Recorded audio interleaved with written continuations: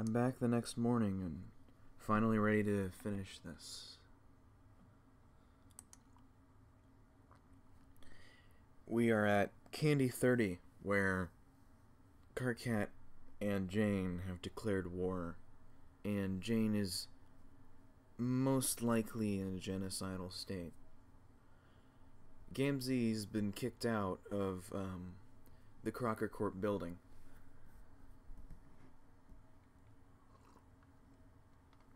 And I will be reading all the way to the end. I hope there's not too much background noise from my dad using the hose outside. I still have the cheese pretzels. There's not many of them, but I don't know. I did have breakfast.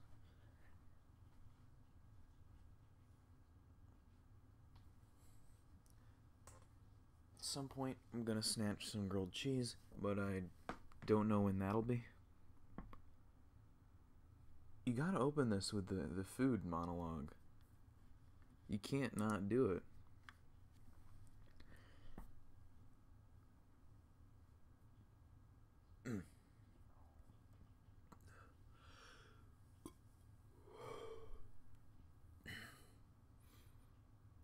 John, I need to see. How do I get back? John looks up to see one of Jane's recon ships flying overhead. Aside from the encroaching fleet, the blue sky is seamless and calm. The hole that Vriska came through has already sealed up. I don't think you can go back. I have no idea what the exact scientific mechanism behind falling out of the sky is, but so far it's proven to be a one-way trip. No! Welcome to Earth-C! It fucking sucks! Vriska releases her vice grip on John's arm so that she can cradle her head between her hands. Oh my god, this is the worst thing that could have possibly happened to me. Are you sure about that?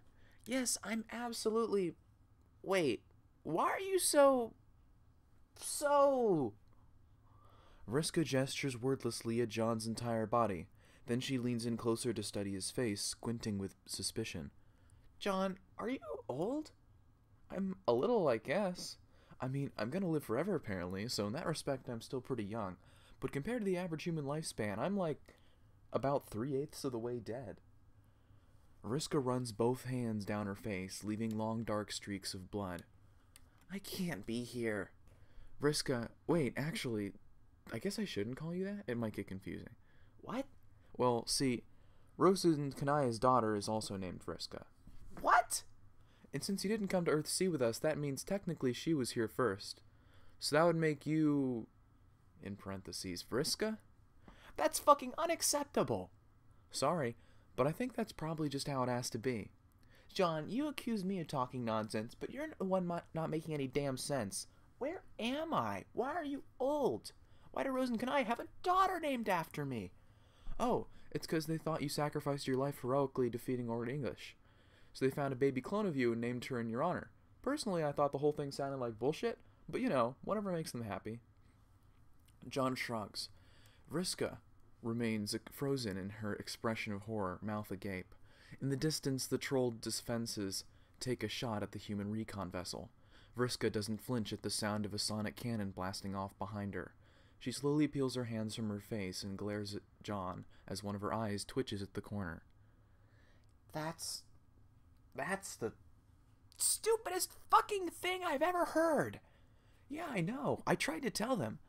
Man, it's been a while since we've agreed on something, hasn't it? So, not to be nosy, but did you defeat Lord English? Of course not. Why do you think I'm desperate to go back? The battle was hitting its climax when I got hit in the head with... Vriska paws at her head wound, fingers numb and vision blurry. Whatever the fuck it was that hit me in the head. She sways on her feet. John tries to steady her, but she slaps his hand away. Do you want to see a doctor for that or something? No! I want to know what the fuck is going on! Okay, sure. So about 15 years ago, Jane started spreading all the xenophobic propaganda about trolls, and eventually she and her corporation became so entrenched in financial dealings with basically every societal institution with power on Earth-C that she became this unstoppable lobbying monolith that can more or less tell the government what to do. So now she may as well be writing all these xenophobic policies into law directly. Oh, Jane's a huge xenophobe, by the way? I should probably have started out with that fact. John, this story fucking sucks. Oh, and then Karkat had this really catastrophic breakup with Jade and Dave, so he ran off to spearhead a troll rebellion against the xenophobic government. To be honest, the rebellion was pretty lame in the beginning, but then, Mina? Mina? Yeah, Mina. She fell out of the sky, just like you did, and helped him get actually good at revolutionary stuff. So now both sides are all maxed out with spaceships and weapons and stuff are on the brink of war. Holy shit, that's even dumber than Rose and Kanaya naming their shitty kid after me. Oh man, their kid is shitty. You have no idea. How the hell did you all fuck this up so much? Oh, that's my bad. Your bad? Yeah, I made the wrong decision and totally blew it. How? I was supposed to go fight Lord English, but I didn't. So now we've gone beyond, like, the event horizon of canon. What the fuck does that even mean? John sighs and sweeps an arm across the landscape. The sky darkens as the first of the troll fleet roars onto the front line. I don't know, really. Rose explained it all to me, but I pretty much forgot what she said. I didn't actually think it was that important at the time. All I know is that all this is my fault. It's been turning around in my head like this for a while. I thought, why does everything here fucking suck so much? How the hell did we even make it from point A to point festering clusterfuck? It doesn't follow any kind of logic I understand, or any sort of basic sense I have about who we are as people. And why? Why have we all ended up so unhappy and twisted up? I got everything I wanted. Everyone got what I thought they wanted. And that's just it, isn't it? The more I think about it, I'm the only factor that matters to anything. Whatever I did or didn't do just destroyed reality's ability to, like, substantiate itself or whatever. Like there's a bug in the operating system or whatever force in this world regulates cause and effect. Everything's been unraveling. Nothing that happens makes sense anymore. And now I'm the only person out here who's even real at all. Wow, I've never even seen a guy get his bulge all the way down his own swallow chute before. Wait, what? Good fuck, do you actually think reality gives that much of a shit about you? Get real, Egbert. It's not like you're me. Okay, well, that's fair, I guess. But whatever it was that caused this, it's pretty obvious that all of this is just kind of dumb and fake. So don't worry about it. I kinda have to worry about it, considering you just explained it to me like I'm trapped here. Nah, it's fine. It'll all work out. Or won't. It doesn't really matter either way. Vriska clenches her hands into fists so tight her nails draw blood, and hisses out a long, vicious expletive. Around her, the ground begins to shake as the human fleet of batter panzers roll out from the edge of the city and take position. So we should probably get out of here soon. Or not, we're both god tier, so as long as we don't do anything cool or evil, I guess we'll be fine and not permanently die. It's almost like the god tier rules were designed to reward us for being useless pieces of shit. I think I get it now. It's actually a pretty good joke, actually. Nice.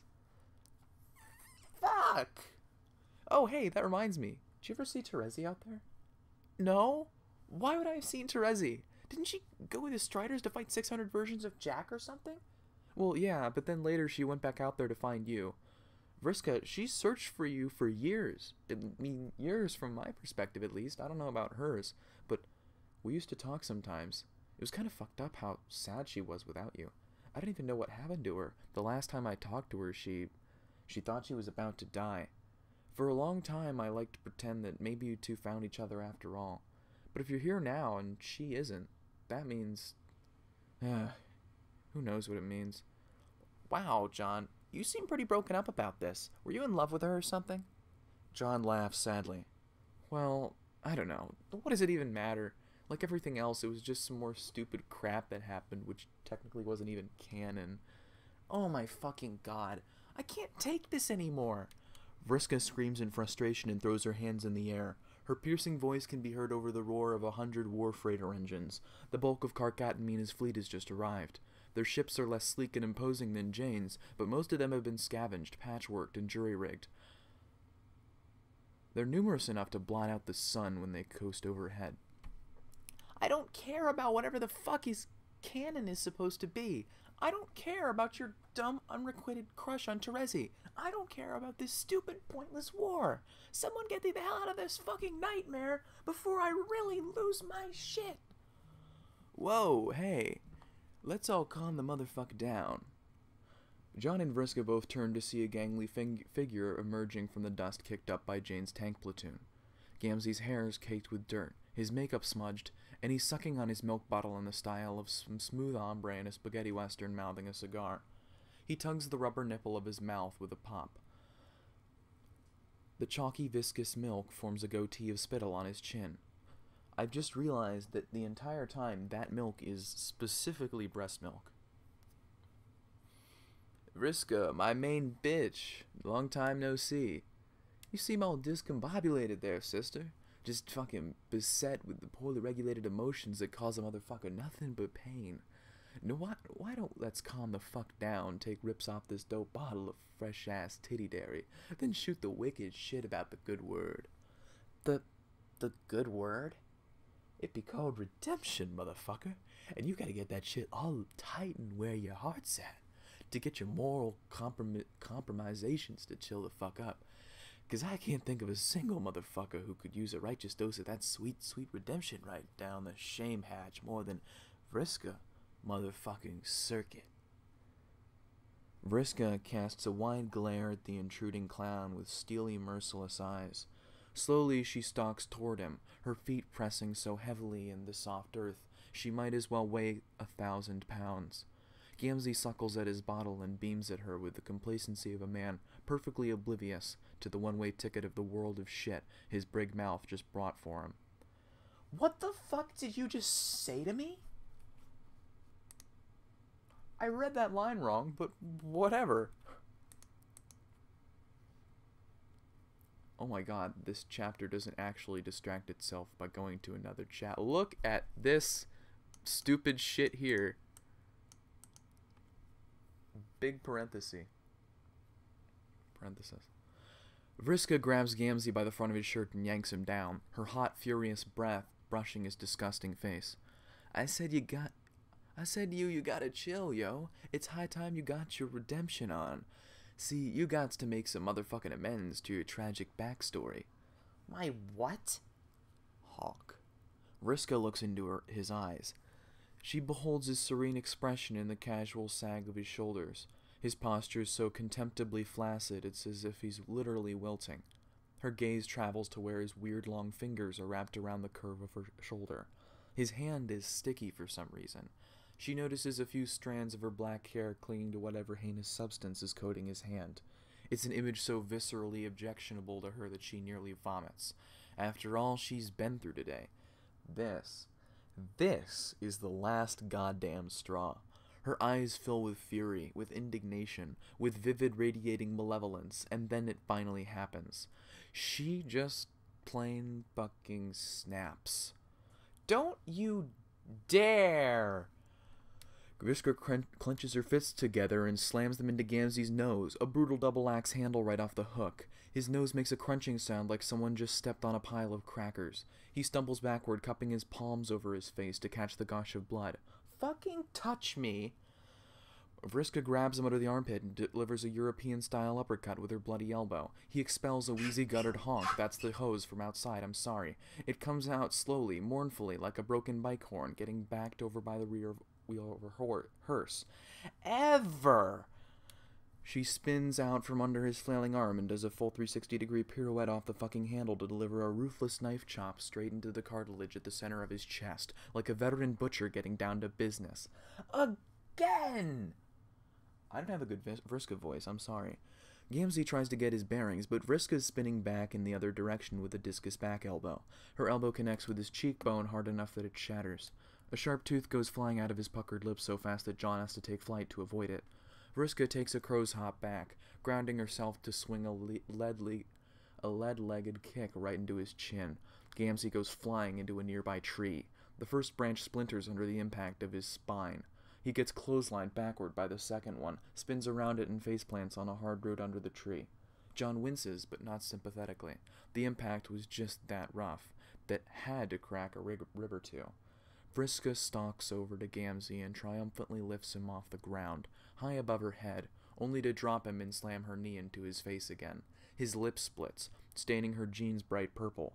He's rolling from side to side on the ground, groaning as blood bubbles up from his mouth. He sounds like he's drowning.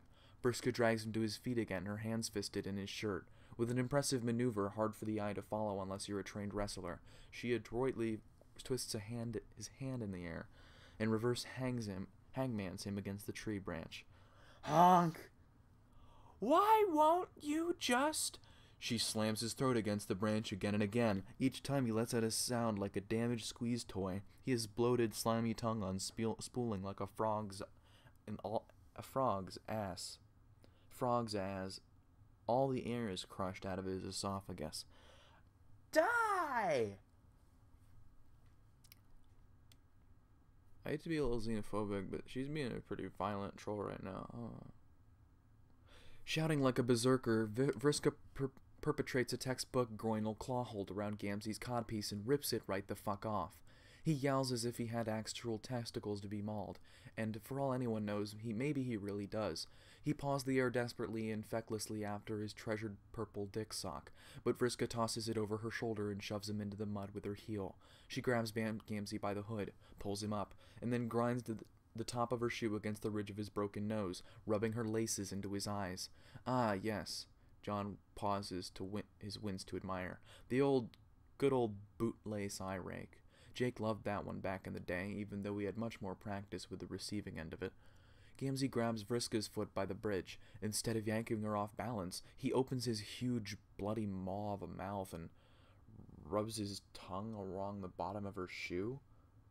Vriska freezes. She watches him lap the mud, and his own blood out from between the grooves of the sole. His lips drag lewdly over the ridge of her footwear and begin sucking where her big toe would be, if it were not safely enclosed in several layers of rubber and canvas. He draws back, a string of glutinous, tinted saliva, connecting the shoe to his lip, and catches Vriska's eyes with his own half-lidded glance. His face is bruised, bloody, swollen.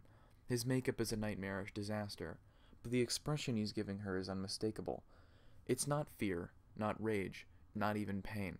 It's lust. Vriska goes perfectly still, absolutely paralyzed by the sudden recognition.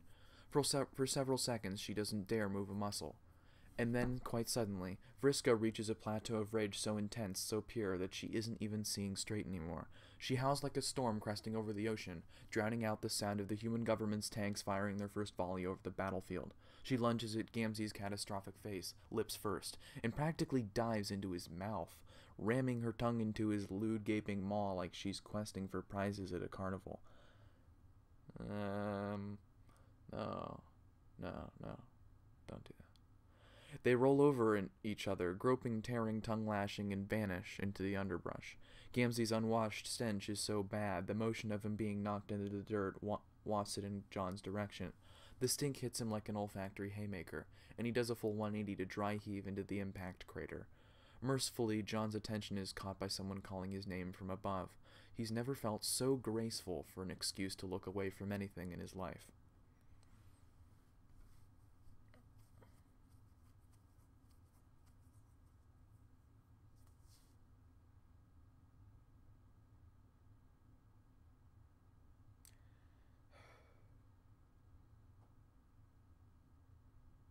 I don't know, maybe this chapter's interesting because Vriska literally is a violent troll, but also I very much do not like that they give into this Kismesis shit at the end. Did it need to happen at all? Did it need to happen at all? I don't think it did. And I don't like it. This is why Terezi can't deal with your shit anymore. John, up here. I need to speak with you.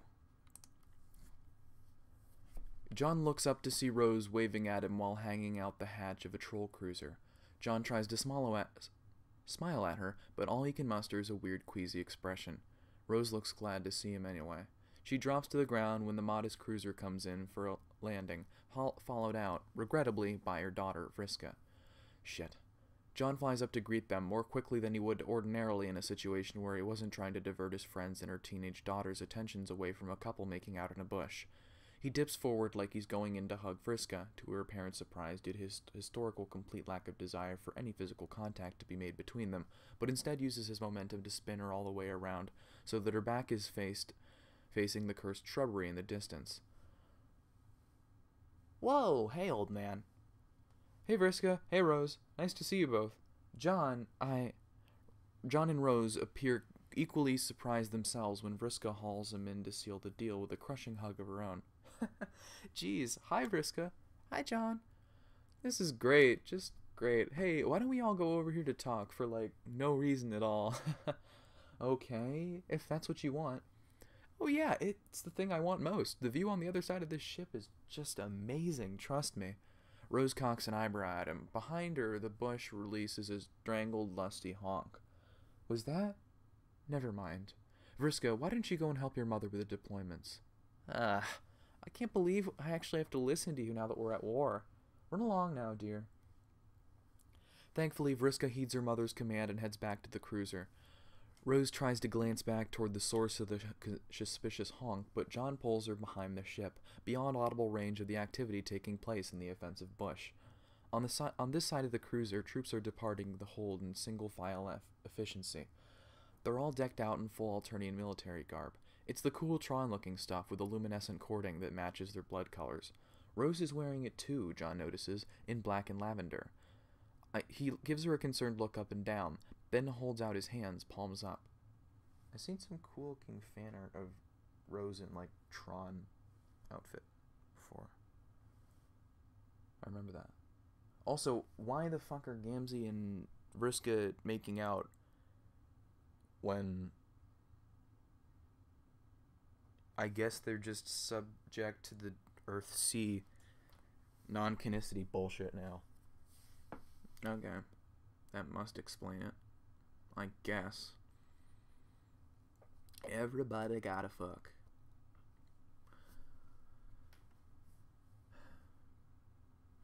So, I guess this war is really happening.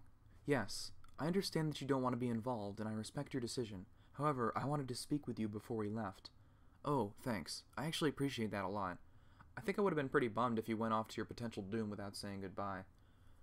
Now that I think about it, that's how this all started, isn't it? You were so sick that it looked like you were dying, and I was about to leave on a perilous mission. But now, here we are. It's almost like the circle of stupidity is complete. Rose laughs. Don't be ridiculous, John. Nothing's complete. There's no true ending or beginning in this scenario. Yeah, right. Because this is real life, right? I guess reading narrative relevance into a bunch of dumb and totally random events is kind of lame and childish. No, that isn't what I meant at all. By all means, apply a narrative to our lives. Up until a certain point, it would have been perfectly accurate to do so. Not anymore. Because it's not canon, right? Do you remember what I told you years ago? About the 3 pillars of canon? John strokes his chin and thinks very hard on this. Maybe too long, because Rose sighs and taps the bridge of his spectacles. No is a perfectly valid answer to that question, John. I just didn't want to make it look like I don't pay attention to your worldly philosophical babble. I philosophically babble rather a lot, or at least I used to. It would be unfair of me to expect you to retain nearly 3 decades of oblique technical jargon regarding the metaphysics of the reality in which we inhabit. Wow, we've known each other a long time. Yes, we have. Well, it would be more accurate to say that we both have and haven't known each other a long time, as I explained to you on that morning 16 years ago that there are 3 critical features of canon: essentiality, relevance, and truth. Yeah? We've been untethered from the mooring of truth for some time now, so while we, in our subjective experiences of conscious perception, feel in this moment that we have known each other for a very long time, technically it's not true at all.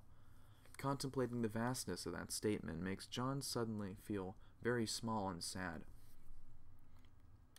He shuts his eyes and runs a hand through his hair. Oh my God, Rose. It's too early in the day for this. I agree. And besides, that's not what I wish to speak to you about. John, look at me. Rose wraps her narrow hands around John's arms and pulls him gently toward her. He cracks his eyes open to see her face glimmering in the late morning sun. Her eyes are glossy and bright in the gleaming light. I want to thank you. For what? Didn't I fuck everything up by not going to fight Lord English? It's my fault we're all living in this meaningless hell world where everyone's vaguely out of their minds, and we're all about to go to war over freeing prisoners from the whipping cream camps. Oh, whatever. The war is just as irrelevant as everything else that's happened here in the last decade and a half. At least with a conflict, we have something to do, something to strive for and against, something to believe in. I'm thankful for that. But more than anything, John, I'm thankful I got a chance to be happy. I never... Rose pauses meaningfully, as if the realization's falling into place as she says it. I never actually thought I would get to be happy. Rose, you weren't happy before? When you married Kanaya? Before you got sick? When we were all together? Rose shakes her head. She brushes past John out toward the open field, away from the brewing battle. The land is so flat that it rushes out to meet the horizon uninterrupted for miles and miles. Rose is a pale flame against the brilliant haze of a perfect Earthsea morning. John doesn't follow after her. He lets her compose herself privately with her back to him. She clasps her hands in front of her and raises her head to look at the perfectly blue sky with its perfect sun and perfect clouds, unmarred by the dark storm brewing on the planet below. In the complacency of... She corrects herself.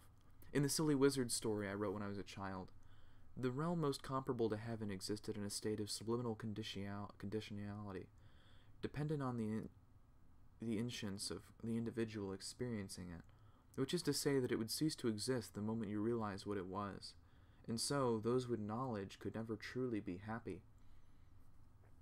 John looks at his hands. The same hands that held Harry Anderson when he was a baby. The same hands that tore up Teresy's photograph just a few hours ago. The same hands that remember steadying Rose on her sickbed 16 years ago, and the shaking feeling they'd awoken that morning, a subharmonic symphony that can only be heard in the bones. All these things remain true to him. Knowledge of what came before his choice, then after. These are things he can't forget, that he won't forget. Is this the reason he's felt like this for so many years? Hang now. I swear I did this before. Fucking hang now, man. I'm not happy about that.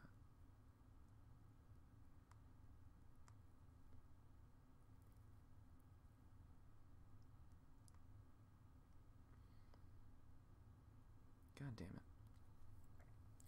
But that isn't me anymore. I'm blind against the veil of this world. It's all ambrosia to me. I don't care if it's not true. I care even less if it's not canon. I have a beautiful wife who loves me. Oh, I have a beautiful wife who I love more than I thought possible, and a daughter who I'm immeasurably proud of.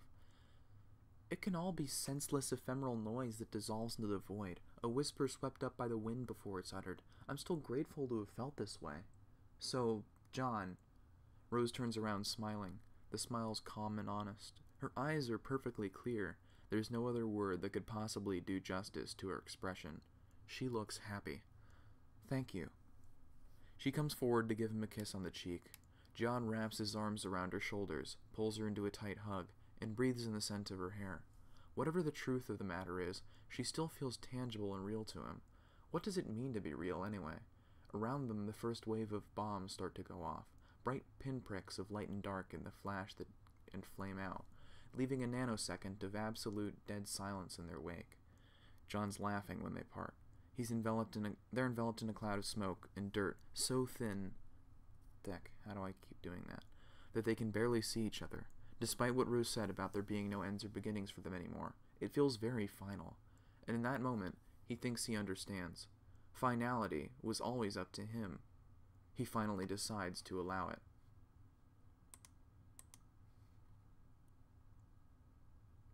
Alright, man. I gotta get this hang now. I'm serious. This thing's gonna bother the hell out of me.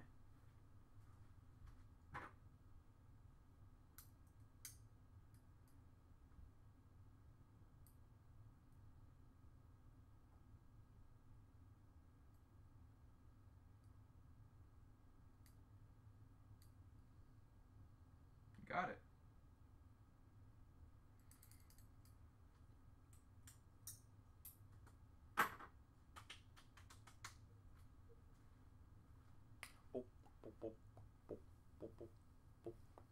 Need some water.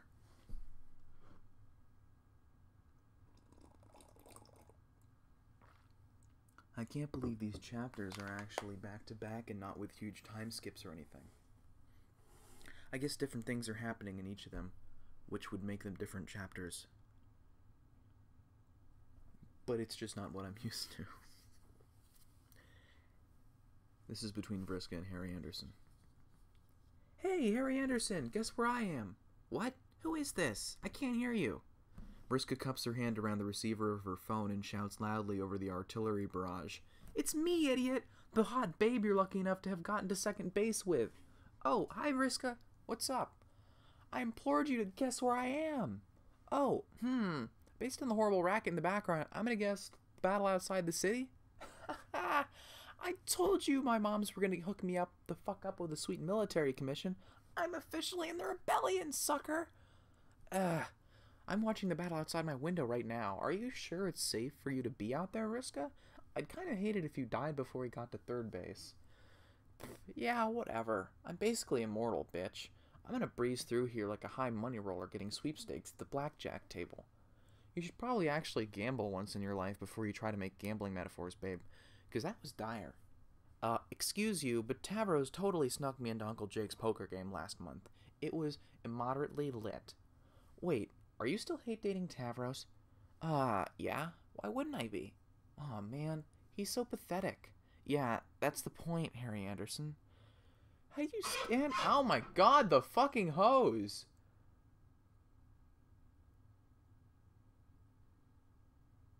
I hate that shit. How do you stand kissing him? He's so weird, and always mysteriously sticky for some reason. I don't like that. Please tell me you haven't gotten to third base with him. A girl does not kiss and tell, Harry dearest. Okay, well, as long as you don't touch me after feeling up his weird, clammy body.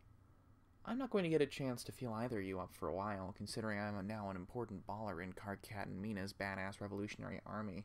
I've only just realized how I'm supposed to be doing Vriska's voice, and I'm kind of annoyed at myself for it.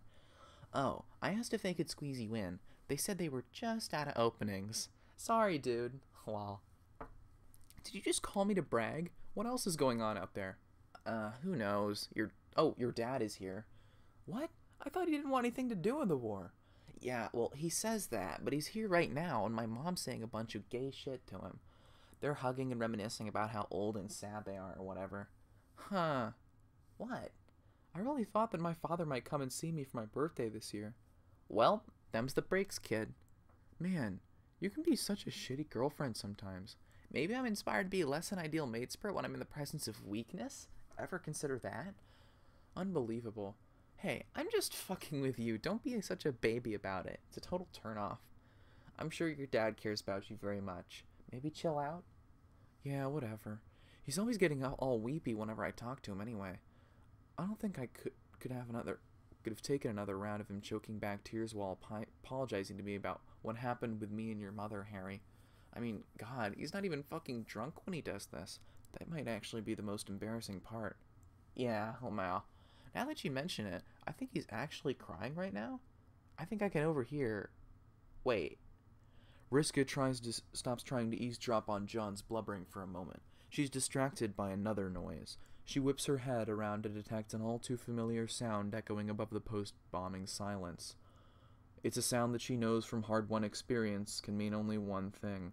There's a clown nearby. I think I hear... Gamzee?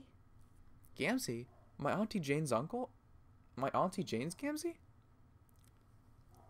Yes, who else could I mean? He's around here somewhere. My dog's barking. Shut up. Dum-dum? Dumb baby. I wonder how much you can even hear that. So what? I see him every day. He sucks. So what? He's like Jane's left-hand man. No, he's neutral, remember? That's not how Commander Vantis feels. He says he's a total bastard, a traitor to his kind. Yawn. The dust is beginning to settle around Vriska's ankles. She scans the tree line and brings all her attention to bear on this curious rhythm of noises coming from nearby, beckoning from the underbrush. She pushes toward it through the thorny shrubbery. There's a bounty out for his arrest. Maybe they'll put him in front of a tribunal if we can get his hands on him. I changed my mind. That sounds good, actually. Invite me to the execution, please? If I could capture the high fucking priest Makara, maybe they'd promote me to, like, third in command of the whole joint. Fuck yeah. Well, good luck with all that. Call me if you want to hook up after the battle. Naturally. John's wiping away a tear with his sleeve when he catches a sight of Vriska, innocently wandering toward the very bridge where he just abandoned Vriska, to sort out her confusing exhibition of unexpected and deeply profane lust. Now that the battle is stilled, he can overhear the vile melody of blasphemous union. There's that noise again. I knew I wasn't imagining it. Oh no. No, no, no. Vriska, wait, don't! John runs to intervene, but it's too late. Vriska pushes aside the last of the fronds, separating her from McCory with a triumphant "Ha!" Vriska's huge mischievous smile freezes on her face. When her eyes pass the image to her brain, and it finally makes sense of this incomprehensible jumble of gray limbs, blue and purple slop, tangled black hair, and stunned faces, her expression begins to slowly melt. It then drifts quickly from phase to phase to one of wonder, then anguish, and finally abject horror.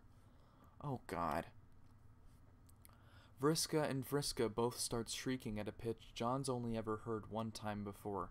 It was a sound that once accompanied the end of everything, a sound once heard the night he dreamt in anime. Water.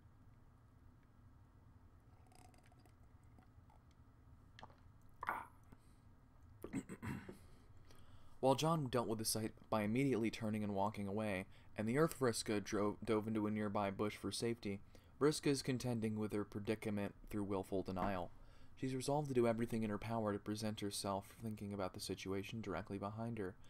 It is a situation which, if she could bear to look at it, would strike her with the precise intersection between the most humiliating moment of her existence, an unprecedented circus mishap, and a gruesome crime scene. Her attempt to ignore the unspeakable catastrophe behind her may have nearly worked, if not for the reminder provided by many fresh bloodstains on her shirt.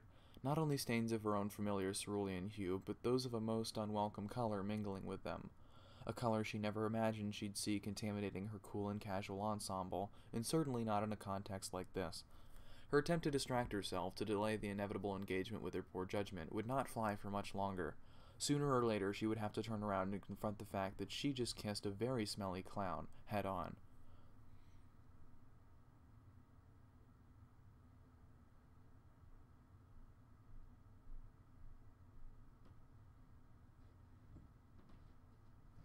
This is, in parentheses, Vriska's perspective, this part.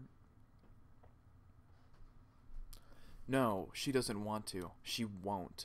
There's rustling in the grass behind her as Gamzee shifts his grotesque supine length. Nope, she covers her ears. She remembers the shame and excoriation of her childhood, the fear of the pressure, being coerced to do awful things to undeserving kids, all that embarrassing effort she spent trying to emulate her ancestor. She threw every bit of herself into the role, but in recent years, reflecting on the charade has only made her cringe. And in what couldn't have been more than an hour ago, she was on the precipice of watching the glorious defeat of Lord English after unleashing a secret weapon that she went through the bother of retrieving and wielding against him. And then... No, she doesn't want to dwell on that moment. It was almost as bad as kissing a juggalo. Almost. But nothing can compete with this. Nothing could even come close. Yet as she stands there, feeling soiled and ashamed, there's no denying it. The moment she stuck her tongue in the heinous mouth of that frisky, unwashed jester, she began jackhammering through the stubborn concrete of rock bottom, like she was digging up the corpse of a mob snitch. Hey, parentheses, Vriska, my bootylicious baby bitch. Your bad bone daddy is getting to be a chilly motherfucker from this dank summer breeze. How about we get a wicked snuggle on down at this grass we just made all nasty in? She shudders. Somehow, during her self-incriminating reverie, she'd managed to forget that she's not even Vriska anymore. She's now parentheses Vriska. She scans the bushes and spots her, the 16-year-old girl who'd somehow earned the right to call herself Vriska, the adopted teen daughter of Rose and Kanai Miriam Lawand, the person who, for all anyone knew, might be an exact genetic double of parentheses Vriska herself.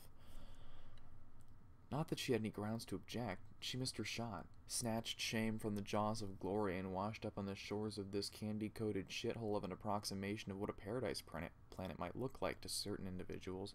The small sob she's been stifling finally comes out. Tears cut through the oily, shining mask of blue, purple, and mud on her face. Hey, beautiful. Is something the motherfucking matter?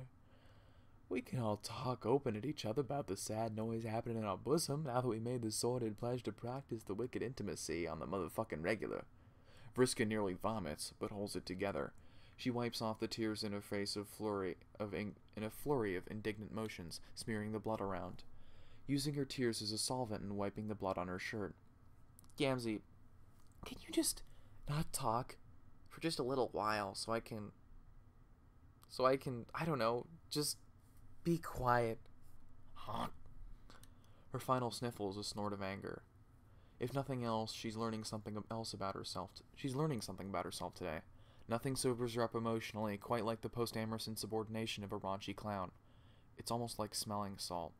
She sneers, revealing a fang, and spins on her heel to face him. Did you just hear what I fucking said? As if his infuriating exclamation was a whiff of the smelling salt, actually looking directly at him again is like upending the whole barrel and pouring it all over her face. That's a doorbell. She recoils involuntarily but regroups. Her gaze sweeps across his entire ungainly form from head to foot. My dog is a real whiny baby, by the way. She's a real tiny dog, you know, the kind that'll yap at everything.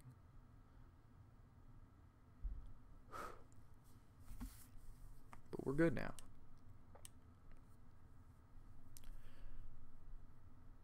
He's got his head propped up with one arm, elbow in the grass. His legs are crossed. His face is a disaster. One eye swollen shut, nose broken, widely smiling, mouth split vertically down the lips. And his mouth, hanging from his mouth is that a baby bottle? She doesn't even want to think about where it might have been concealed all this time. What sort of milk is that? It's another question she immediately wishes she hadn't asked herself. She curls the other side of her lip to reveal both fangs now. She stomps forward, plants her left foot in the ground, and uses her right to punt the baby bottle clean out of his mouth, sending it flying several hundred yards to land just beyond a distant row of trees. The rubber nipple remains stuck clenched in his teeth, his face now coated with a good portion of the punted bottle's milk. Ah, motherfucking sugar puss. My nana nectar. Vriska presses her foot down on his chest and pins his back flush against the grass. He exhales with a startled wheeze at the sudden force. You better fucking listen up, Makara. I don't know what you may have thought this was, whatever the fuck it was that just happened here, but let me clue you in. It was nothing. Nothing happened here. Do we understand each other, you reprehensible, malodorous piece of shit? Honk. She glares down at him with an intensity that would cause any other man to wither, were he not a reeking pile of circus manure. Gamzee's expression, however, remains steadfast in its vaguely lewd sense of serenity. He simply gazes back at her, his smile slowly broadening. The milk seems to be mixing with the blood on his face, slightly lightening the tint of the purple. She hears a faint digital clicking somewhere. What is that? It seems to be coming from just behind her. She turns around. What the fuck do you think you're doing? At the end of his long outstretched arm, his hand is working a smartphone. He's smearing blood on the screen as he's typing a text to someone. Even at a casual glance, Vriska can tell he's going through the bother of alternating capital and lowercase letters in the text, making it take more than twice as long.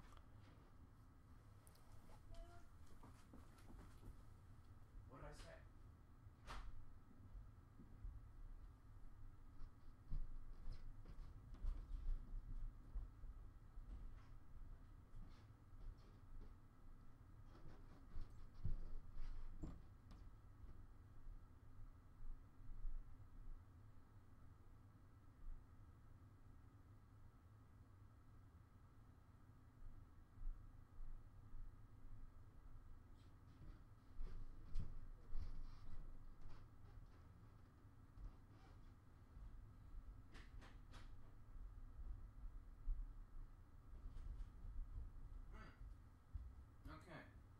I'm sorry for the sudden disappearance, but I now have grilled cheese.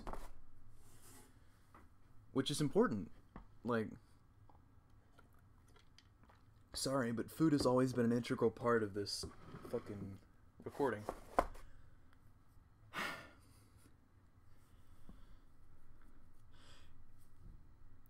She glares down at him with an intensity that would cause any other man to wither. worrying out a reeking pile of circus manure. Gamzee's expression, however, remains steadfast in its vaguely lewd sense of serenity. He simply gazes back at her, his smile slowly broadening. The milk seems to be mixing with the blood on his face. I already read this, but it's okay. Oh yeah, no, he's sending like a Snapchat or some shit. Somehow this makes her even more pissed off about it than if he were just broadcasting their snogging fiasco without the use of a typing quirk. I gots to tell my number one inverted brother about all what just God did. He and I aren't as tight as the boys we used to roll as, but he should get his kick on about what a highly unanticipated yet bitchin' piece of hot and heavy horseplay I was just made to partook. You were just made to? Why, you fucking... You're not telling Carcat about this. You're not telling anyone. Do you hear me, clown? Lol. Motherfucking shame on me for failing to recognize up how cute you are when you're angry. Ah!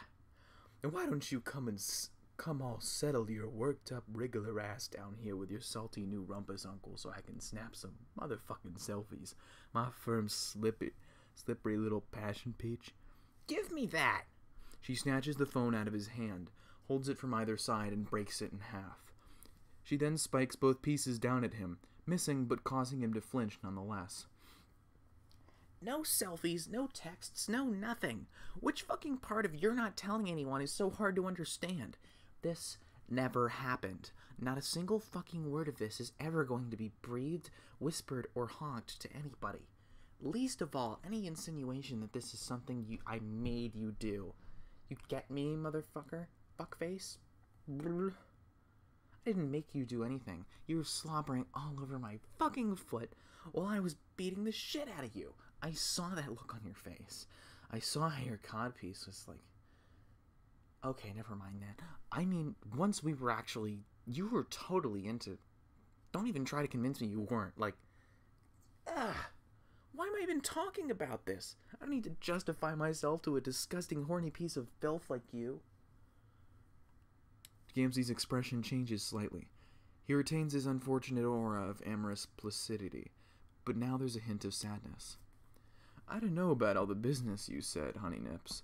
I got to feeling that wonder in my heart, which says maybe I got erotically bushwhacked here. I'm so confused. I don't hardly know which way is up anymore about my original wantings for the nasty dance we just did. Maybe the truth of the shit is more like I got the advantage taken of me. Vriska's face contorts with rage. Okay, so like I see the direction this is going in now, but the fact that this has taken up so many chapters and that this is what is about.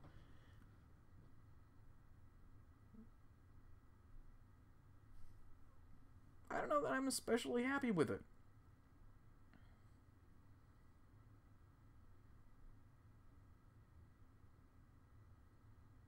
Is this Hussey's comment on, like, the Me Too movement? Because, okay, buddy. Yes, there are false accusations. You fucking did it. I don't know.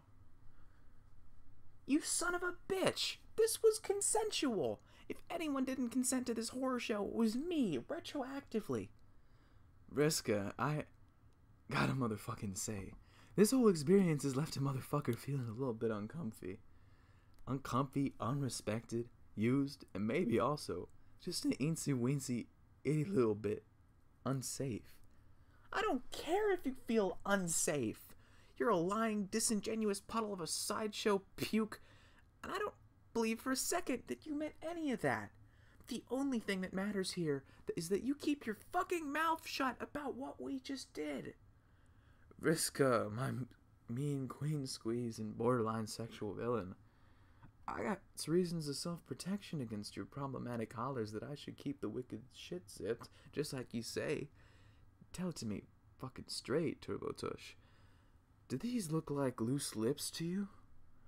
If Vriska were honest, Gamzee's swollen, battered mouth was just about the most structurally incontinent feature she'd ever seen on a person's face. That limp, floppy maw couldn't keep a cantaloupe secure, much less a secret. She drops down and straddles him in a way that is unmistakably non-amorous, even to an extraordinarily obtuse Randy Juggalo. She puts her shaking hands around his neck and grips tight.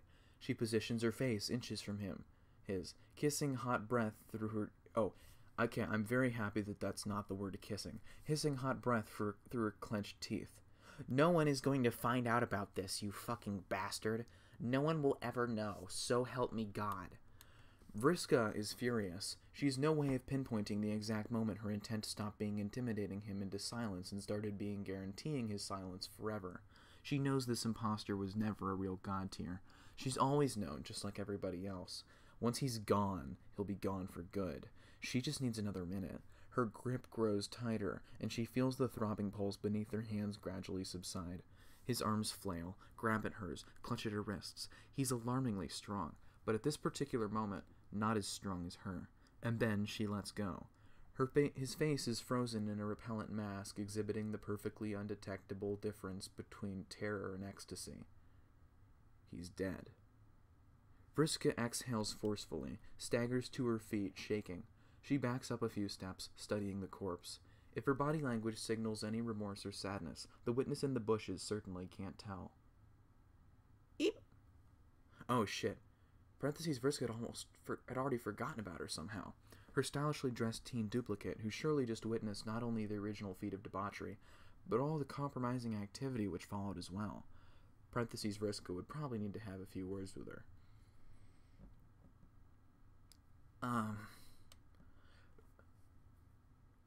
Vriska stands up slowly from the bush, obviously trying not to look at the lifeless clown. She puts a hand behind her head and seems to be casting about desperately for the right thing to say during such a moment. But it's soon clear she's given up. Vriska doesn't blame her. She can't imagine there being anything in anybody's life that could adequately prepare them to have a snappy response ready for a situation like this. Hey, sup?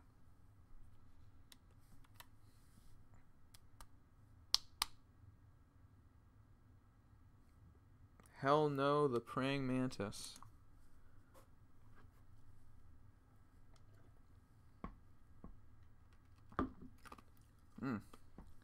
I should move this stuff over. I gotta have room for grilled cheese. Oh shit. This is some gourmet shit.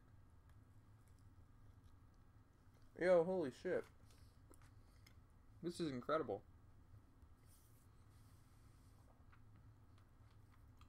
Whoa. Damn, Jimmy. I haven't even tasted the grilled cheese yet, by the way. It's just that there are little potatoes. Again, I live in white suburbia, and this was purchased from like some cafe thing.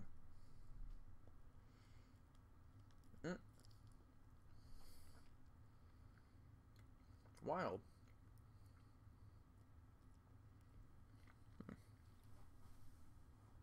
Eat. Alright.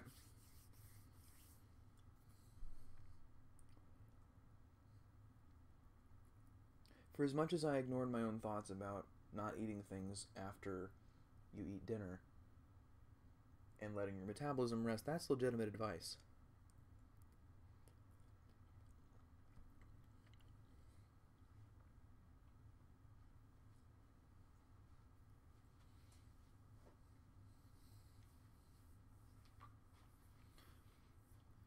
If you do ever want to lose weight, all you really have to do is severely restrict your calorie intake or something like that.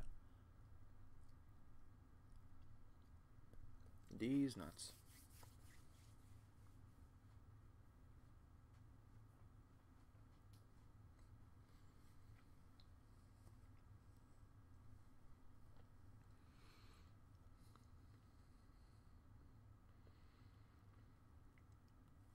Okay. We're back. Maybe I should actually have a bite of the grilled cheese before I am back. Test 1, 2.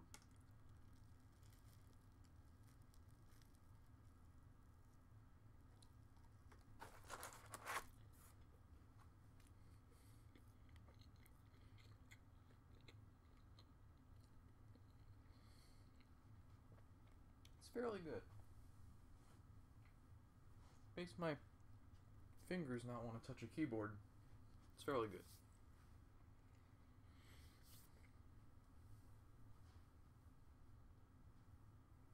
Boy, am I glad I'm not editing. Imagine editing a Let's Read. Funny shit.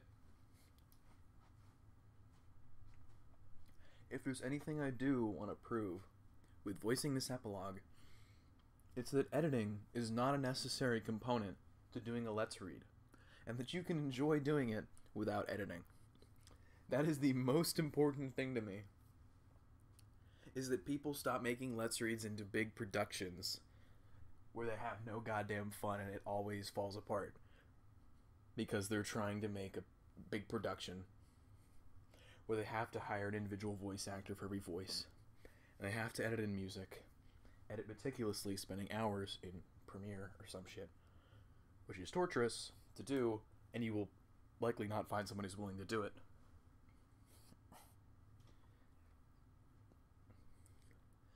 Just enjoy this shit.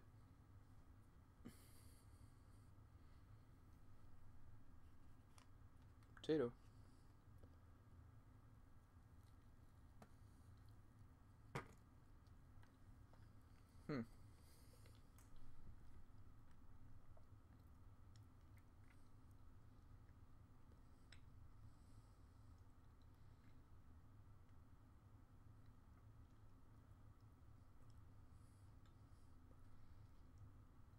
I know that sometimes I fill the space with interesting things, and sometimes I don't. This is a time when I really am just eating for like 20 or 30 seconds, and I'm sorry if you're actually listening to see if I say anything. That's very unfortunate that you did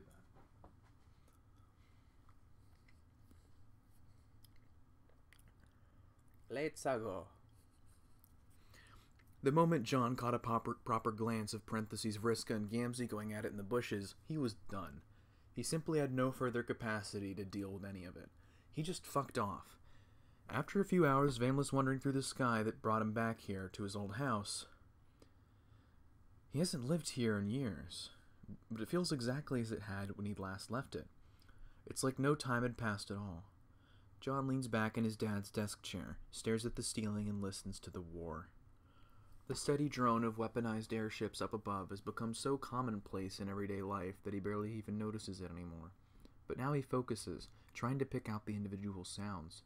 No matter how hard he tries, he can't tell which ship belongs to which side, or how many there are.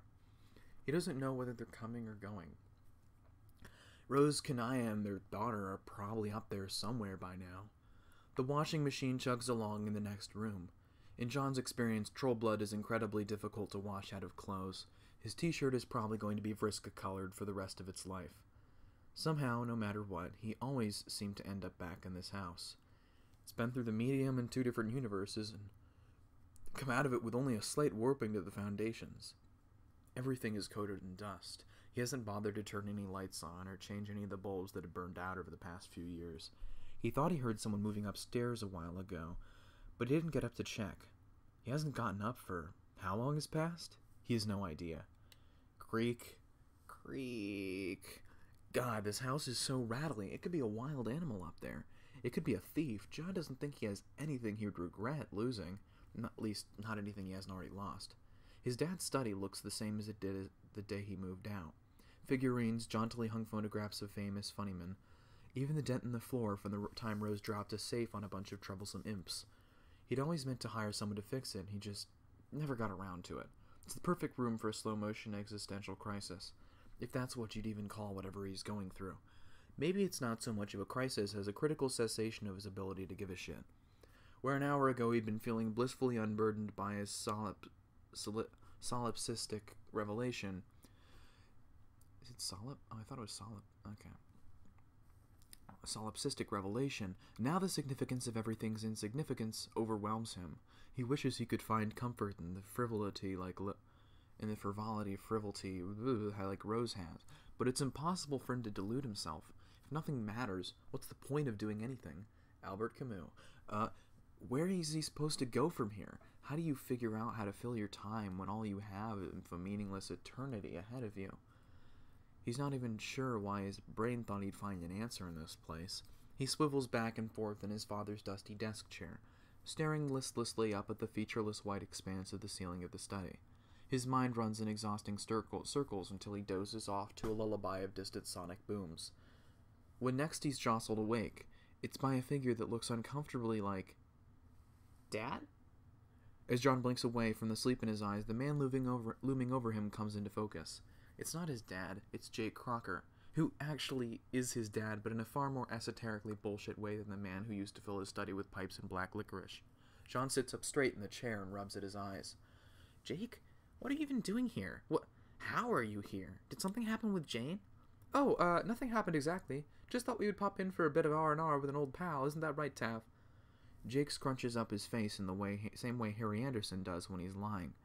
Across the room, Tavros Crocker fumbles his grasp on a particularly fanciful harlequin. One of its pointy shoes snaps off. Cripes, sorry, Uncle John. I'll replace it. It's fine. That's actually just a piece of garbage.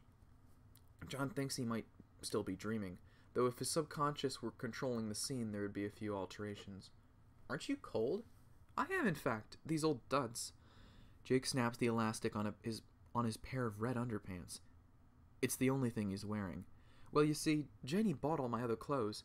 She had a certain way she liked to be kept out, and, well, I didn't want to bring anything that belonged to her when I left. Nothing she, might miss. You took me... Jake winces. And you took you... Jake's wince deepens. Then I dare say I made the right choice not rustling the bushes and making off with an inanimate belongings department. Wouldn't want to give her any more reasons to get all retributive. She's got a lot to worry about right now. Incredibly busy woman, you know. Over by the desk, Tavros's eyebrows have disappeared up under his bangs. But he doesn't say anything. He has the air of a boy who's spent all his life not saying anything. Okay, so, I guess I'm just gonna move past the fact you're 90% naked in my house. I'm not forgetting about it. We've got to address that at some point. But I guess we can put that on the back burner for now. Are you trying to tell me that you left Jane? Ooh. When you put it like that, it just sounds, I suppose that is what it looks like, isn't it? Well, what I did, that's the thing that's looking like that.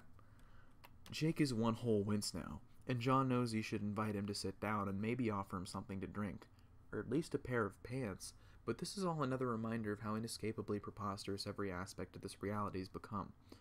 So I guess this is the thing that's currently happening right now. What exactly do you want me to do? Well, I was hoping you might be willing to help me and a wee Tabby out a bit here. Help you out? John produces a dry laugh. That's pretty funny. I remember trying to help you for years, and you never seemed interested back then. Jake was apparently not expecting John's sharp tone. He flinches back like a kicked dog, or a dog who's been kicked so many times he assumes any helping hand is a slap. All the same, John finds it hard to feel much sympathy. Who is Jake? The one standing in front of him now, anyway. He's always been this contemptibly pathetic. Has he always been this contemptibly pathetic? Or is this too a function of the absurdity of this contorted reality? It's hard to be sure. Are Jake's struggles worth any more of John's guilt and emotional energy than a sim stuck in a pool without a ladder? Look here, chap. Sometimes not everything is so simple.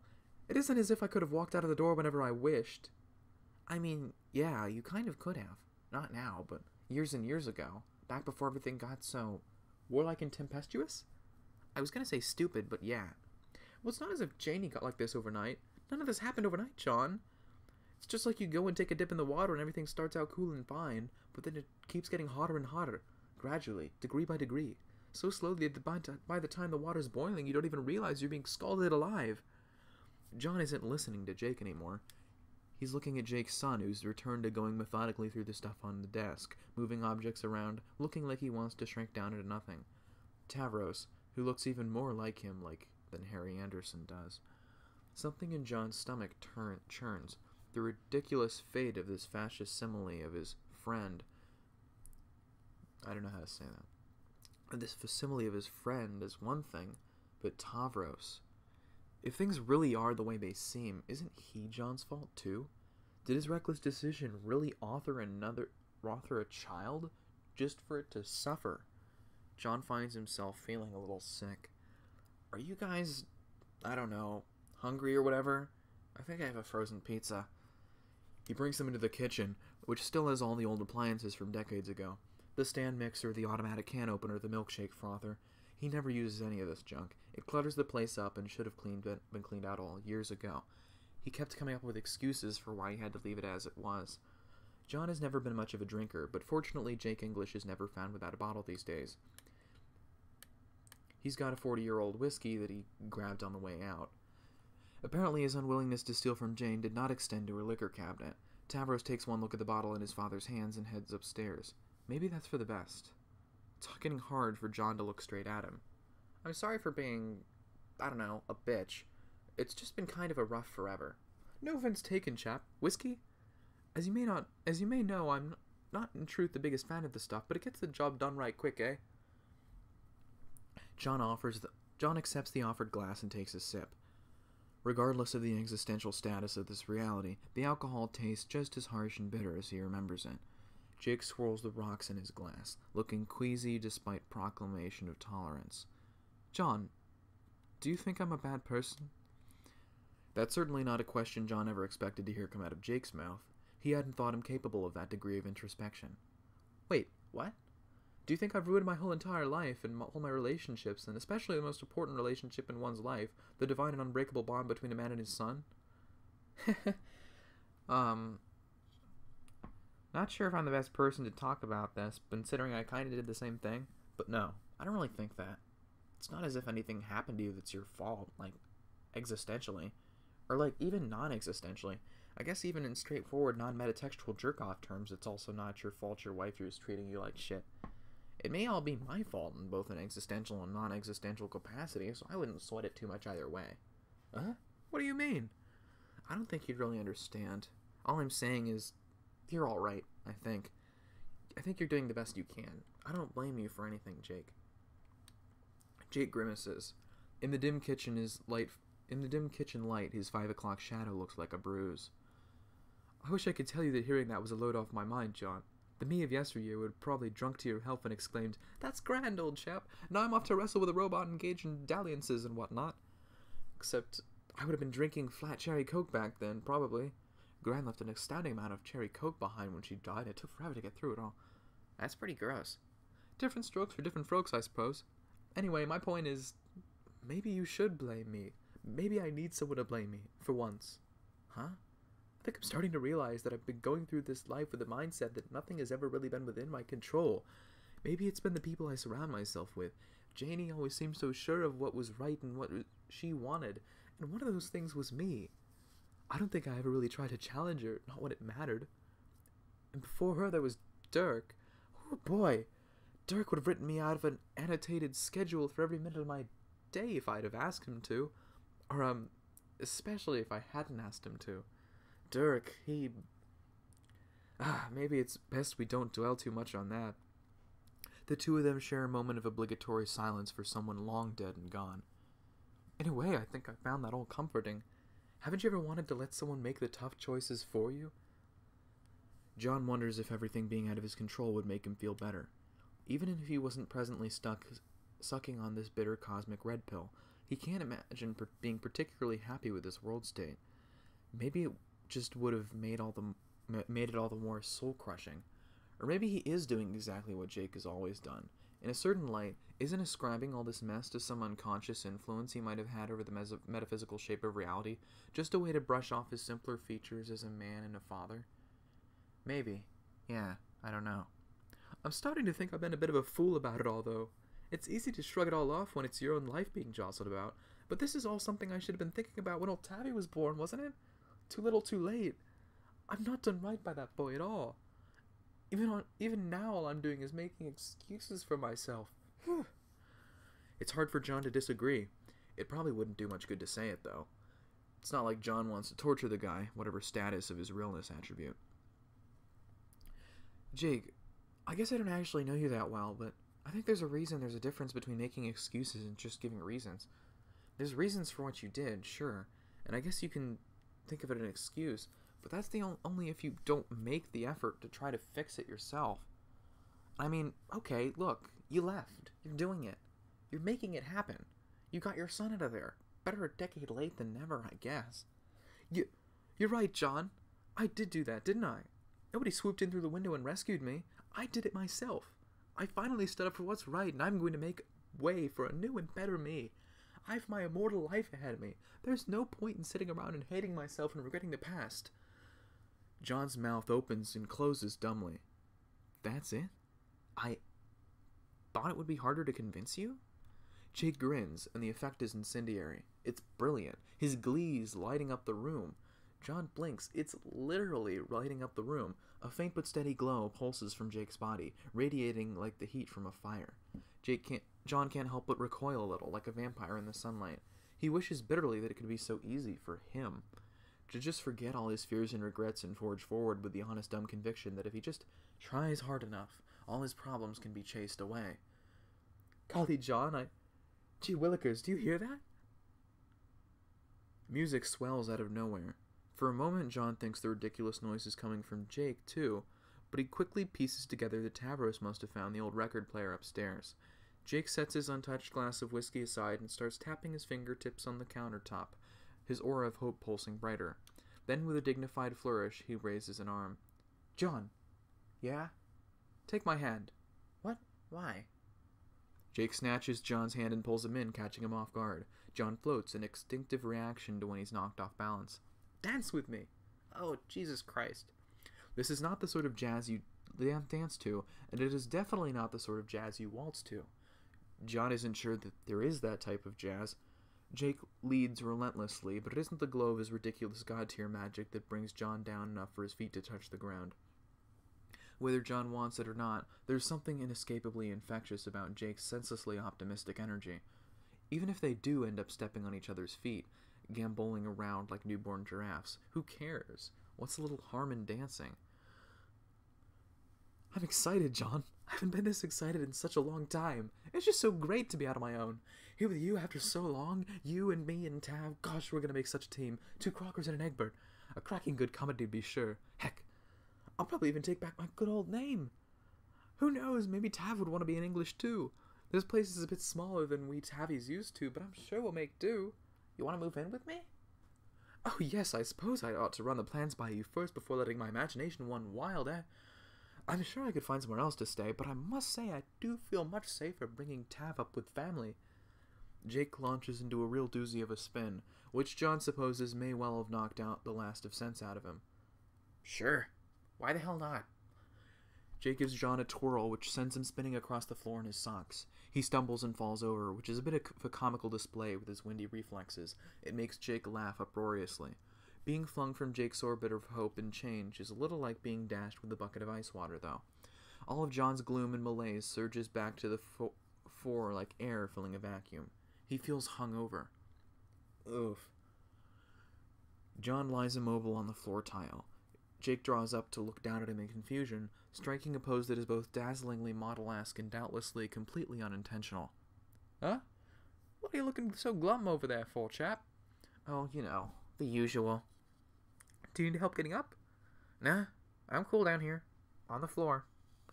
You know, John, maybe we'd ought to embark on this journey of self-betterment together. What do you say, my boy? What? I got my tabby out. Have you been thinking about making amends with Roxy and such? Maybe give her the push she needs to get out herself. Not really. And why in the hell not? Like I said, you wouldn't really understand. I don't think there's much of a point in me trying to talk to Roxy. She's not what? John hauls himself up to his feet and moves to the living room. Jake follows, but John now ensures that there's a healthy enough physical distance between himself and Jake's black hole of psychic optimism. You can't rightly go and blame the woman for all your troubles, John. I'm not blaming her at all. Then what are you saying, Johnny boy? John sighs and drops down to the couch. He stretches out so Jake can't take the seat beside him. But even if I could talk to her and try to set things straight, why bother? She may not even be, real. Strictly speaking. Huh? Like I said, you wouldn't understand. Trust me, it's a whole lot of crazy stuff. You're right. That is an awfully crazy thing to say. Not real? Why, I just saw Roxy yesterday. She's as solid and real a person as you or I, John. I'm hardly becoming of a man to say something so dismissive, and even if it's tough to know what a lady's thinking from time to time. I'm not... What's that now? I fucked up too bad, too long ago. It's just too late to change anything now. So what? Huh? So what if it doesn't change anything? Won't it matter to your family to see that you care? Would it feel better, make you feel better to try? To at least be able to say that when the chips are down, you gave it your honest all? And what about Harry Anderson? Do you really want to go through the rest of your long life knowing you never tried to be the father to the son that your son needed? Hearing the name is like a blow to a chest. Little Harry Anderson. His son, who he held and fed and taught and raised into a young man. Despite it all, he's always been so unbelievably proud of that boy. If Roxy isn't real, then his son must be even faker. Something about the thought makes John feel more rotten than anything else. Maybe it's some aspect of his basic biology buried down at the core of his lizard brain that makes him want to reject what he knows is true. The allure of the denial, of the anesthetic hope radiating from Jake's epically sculpted body, it's difficult to turn away from. My word, John, are you crying? Jake, do you have Roxy's number? Grilled cheese? Yeah. And by grilled cheese, I mean the potatoes next to it.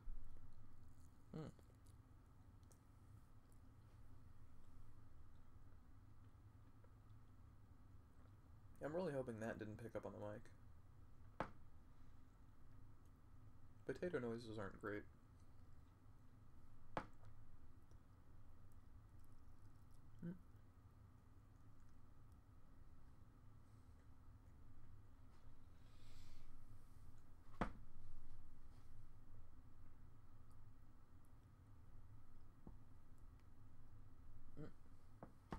I've got an appointment with carbohydrates. Yep. Brip brap.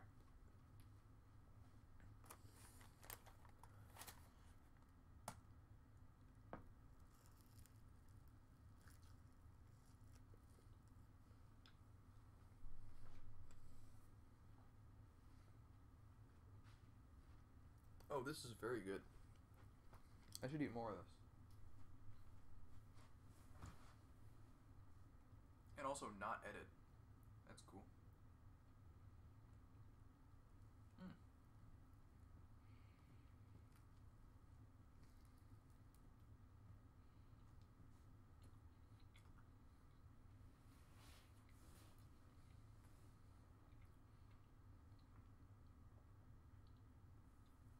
You know, I'm not saying that you can't or shouldn't cut parts out, which you can actually do pretty easily with the YouTube editor after you've already uploaded the video. But at this point, I'm doing this to prove a point, that viewers will still watch this anyway, and they'll just skip over this. Or sit through it and listen to whatever bullshit I come up with while I'm eating my grilled cheese. I had finished both part 3s last night, and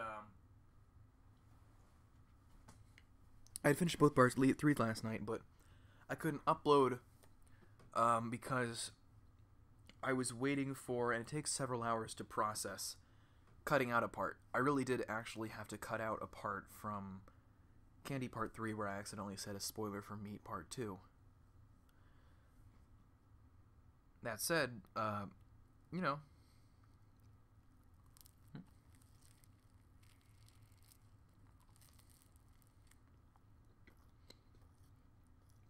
that you can still cut things out to make a better user experience, but do it live. Don't edit it together. Like, don't bust your ass to do this, you know? Because this is fun shit. And I don't know.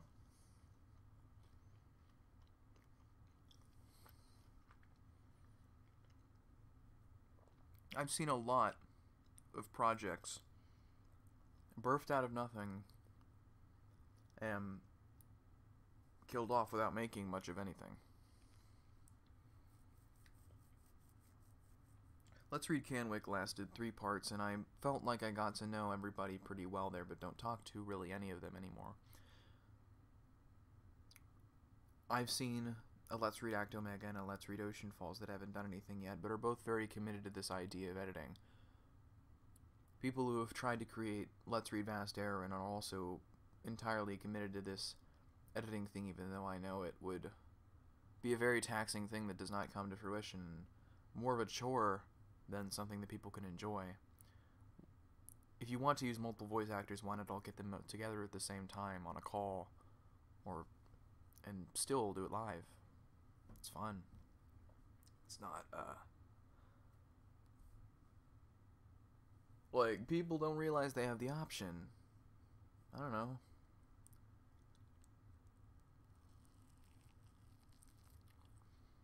When they think, let's make a Let's Read, they think, let's make some shit like Collab HQ Voxus does. Not like, let's just read it and have fun.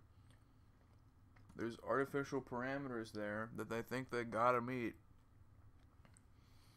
Fuck you, I'm eating grilled cheese on my epilogue read. This shit's got fig jam in it. You know how bougie that is?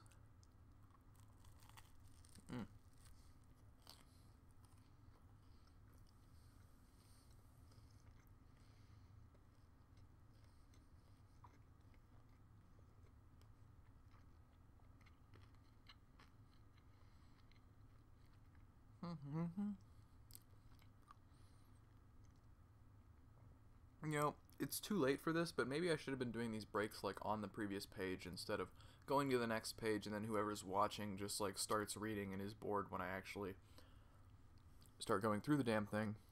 I don't know, man. You're just like, God damn it, I've already read what's on the screen already, and when you actually start reading, I gotta wait for you to read it again or just skip down. So, you know, a good idea for end user experience in retrospect, but the whole idea, I'm trying to prove a point, none of it matters. Surely you don't care that I am taking all these breaks and eating grilled cheese, because you're listening to it. Dum-dum? Oh.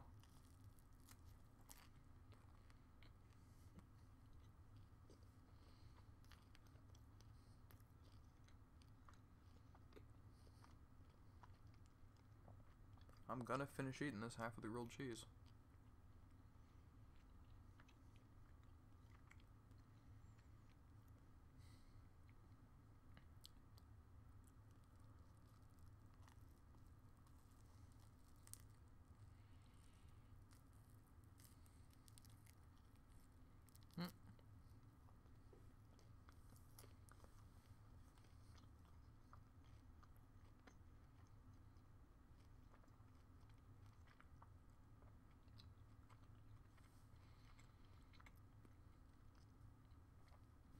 Apparently, Candy 38 is big shit.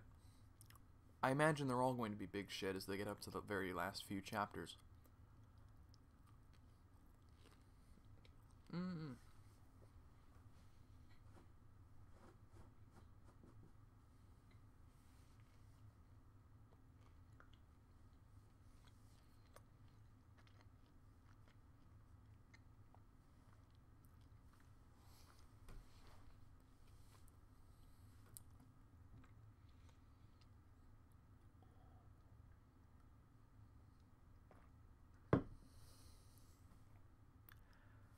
Bop, bop, bop, bop, bop.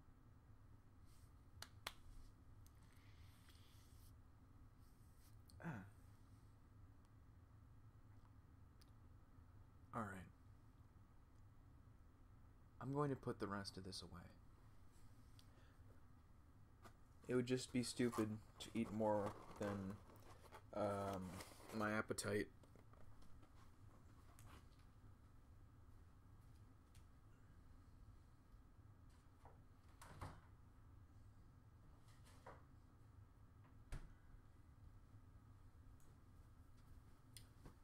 Portion sizes in the United States are very fucking stupid, and as I'm going into college, I feel like any meal that I get at a restaurant could probably be split in 2 meals, and be totally serviceable, and I would be having a better diet for it.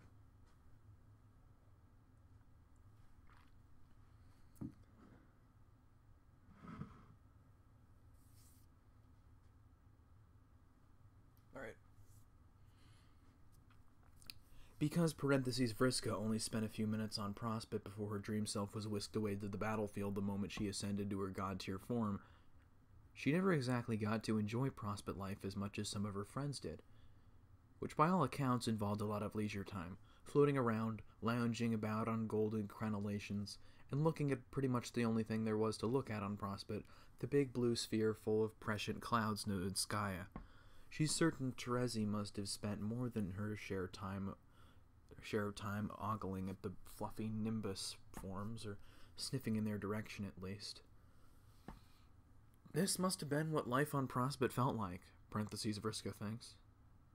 She adjusts her head to a slightly more comfortable position on the fresh clown carcass she's now using as a pillow. She lets out a long exhale, feeling more relaxed than she's felt in a long time. The clouds aren't showing her any visions, but that's okay. She realizes you can see whatever you want to see in a cloud if you spend a long enough time looking at its shape. All that's really required is a willingness to let yourself waste the time. A willingness she only discovered minutes ago, since wringing the life from a libidinous harlequin. I think that one is sort of a snake? A snake with a strangely big head. Oh no, I have no way to differentiate Vriska and Vriska's voices. I think that one is sort of a snake? A snake with a strangely big head. Nah, it's a pipe. A what? It's a thing you smoke with. Oh, you mean like the human marijuana I've heard Dave ramble about sometimes? God, you really did grow up on an alien planet, didn't you? Yes, as a matter of fact, I did. I'm from the world which was home to the race you, yourself, are apparently a member of. Yeah, but actually, I'm normal? No offense.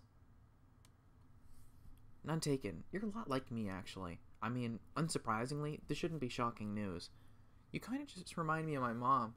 Not in many ways. I just mean you say shit that makes it obvious this isn't where you grew up. How is Kanaya, by the way? Boring? And old. Old and boring as fuck. Sounds about right. I mean, older than us by a lot. But you were newer when you were the same age, so... That's why I said that? Fuck it. She's like regular. She a basic-ass mom. She's fine, I like her. Both my moms are alright. They're a little obsessed with all this war shit, though. Oh, yeah? Yeah, old people get hella bent out of shape about war and politics. Same shit as always. You're right. I guess that's how it was in my culture, too. Vriska doesn't seem to have a response to this.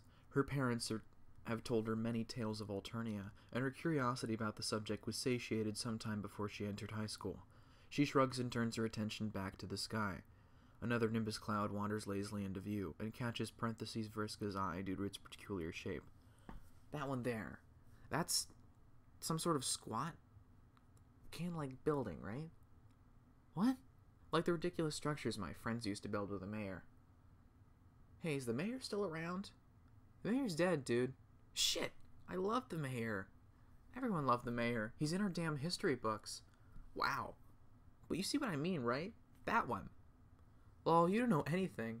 Kinda cute, actually. What? Then what is it, smartass? It's a cake. A birthday cake, see? Those are the candles.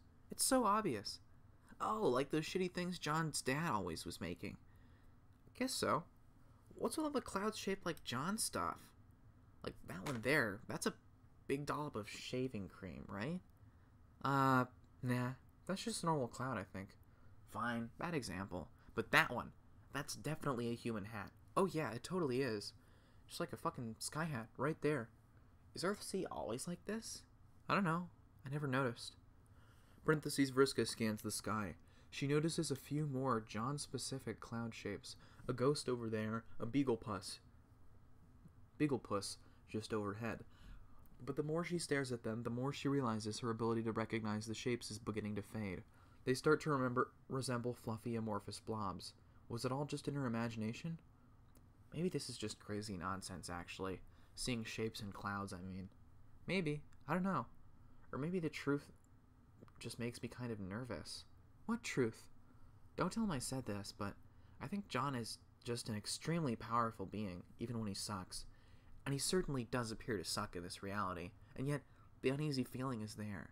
It's a feeling I've had in the back of my mind for a long time, but it really hit me when I was talking to him earlier. It's disturbing to think that about that much power has been bottled up in one stupid nerd who will never understand it. What power are you even talking about? Like, lame-ass wind powers? No, I mean, the power to shape reality, without even intending to. Like, just falling backward into the most insanely overpowered bullshit when the rest of us have to work our asses off for a fraction of that kind of power and relevance. He could rewrite everything that ever happened if he wanted. And he could probably even bend reality to his will in certain ways, even if he didn't have the slightest idea what he was doing, which he usually doesn't. He'd probably manage to be more relevant than I could ever dream of being, even if he was dead. It's a little depressing to think about, actually. No, it's not. Harry's dad is a joke. He's a washed-up loser. He's not worth feeling shitty about at all. Wow, you know what? You're right. Man, that is such a good attitude. Why didn't I say that? I used to say shit like that. Parentheses, Vriska turns to Vriska, propping her head a little lighter up on the torso to get comfortable. The Vriskas have become virtually oblivious to the fact that a strangled juggalo is currently functioning as a throw pillow. It feels right, natural even, as if he was never meant to serve any other purpose than that of a deceased soft vehicle for head and neck support between two blossoming friends. Hey, can I just talk? Why are you making out with this ridiculous shithead? Wow, could we maybe not talk about that? I'm fucking embarrassed. I'm not even judging. It's not like I can blame you.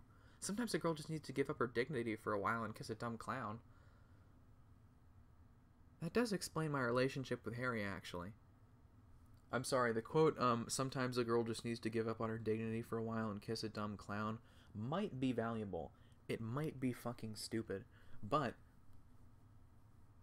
quotable. That's a good way of putting it. Let's just call it a brief and inadvisable catharsis through fleeting clown lust and agree to never speak of this again. You got it. But anyway, I was trying to make a point. I have to say, I'm almost a little jealous of you. Jealous? Why? That's on fuck all. I go to high school and that's about it. Haven't you, like, literally ascended to godhood, created multiple universes, and killed guys and stuff? Yes, I did do all that stuff. Didn't you mind control some idiot to jump off a cliff and then he got paralyzed, but then you started dating him or something? Yeah, that was before I killed him. Oh, wow. It's cool, though. We made up. As ghosts, I mean. Well, a different copy of me did that, but I think it still counts. Whatever. It's just one thing I did. Who can even keep track of this stuff? Didn't you blind some obnoxious bitch one time? Hey! Isn't some of this stuff is kind of private? Anyway, the point wasn't to go strolling down memory lane on the badass things I've done. Not that there isn't a lot of great material there. I'm just saying, with the life you're living here, you seem free? Free to just be yourself and be cool and not really care too much about other people's horse shit. I spent so long caring about what other people thought of me, mainly that they saw me as important or making a difference. It's such a futile struggle sometimes, and I thought I was doing so well and getting so close to the big prize, and then I end up here? Like, it's a big joke. And it feels like sometimes real freedom is just understanding that. And when you do, it comes through in your personality, and it's a lot easier to just seem cool. You know? I guess. This is really funny. I feel like such a fuck up. Because now that I'm saying this, I realize there was a person that I met once. Like you, sorta. It was another version of myself. She was genuinely happy and living her best life, though she was, ironically, a ghost. But something about her attitude set me off. So I ripped her to pieces, and I sort of stole her girlfriend. Holy shit. I know, I'm terrible. No, not really. All this sounds pretty legendary, to be honest. No, I know how it sounds. Just, please, don't look at me as some sort of role model, okay? This isn't good. The point is, it's bad. Take it from me. Don't do the shit where you start modeling yourself after some mental image you have of a cooler version of yourself. It just sucks. Alright, Do whatever you say. This isn't going in the direction I was hoping. The point is, I was so mad at her. That happy ghost version of myself who was free of everything. I was probably mad because she got to be who she really was without stressing out about it, which is something I never felt like I was allowed to have. Well, you can now, right? What the fuck is stopping you? I guess so. I wonder what the point would be. What do you mean? I could be a better version of myself than I am, but then who would even be around to notice? I would. Oh, yeah, no. I mean, that's great. And it's nice talking to you, getting stuff off my chest. It's not what I meant, though. I left the people I care most about behind. What's the point of becoming your best self if the most important people to you aren't around to witness it? Aren't your friends all here, though? I know, but they're a bunch of old... I know they're a bunch of old fucks now, but... No, they are. That's not what I mean. This is hard to explain. I guess I mean that there's someone specifically I fell out of touch with, who it feels I'll never see again. Oh, maybe... Parentheses Vriska thinks for a while on her next statement. She needs the time to let a thought she'd never had before arrange itself into words.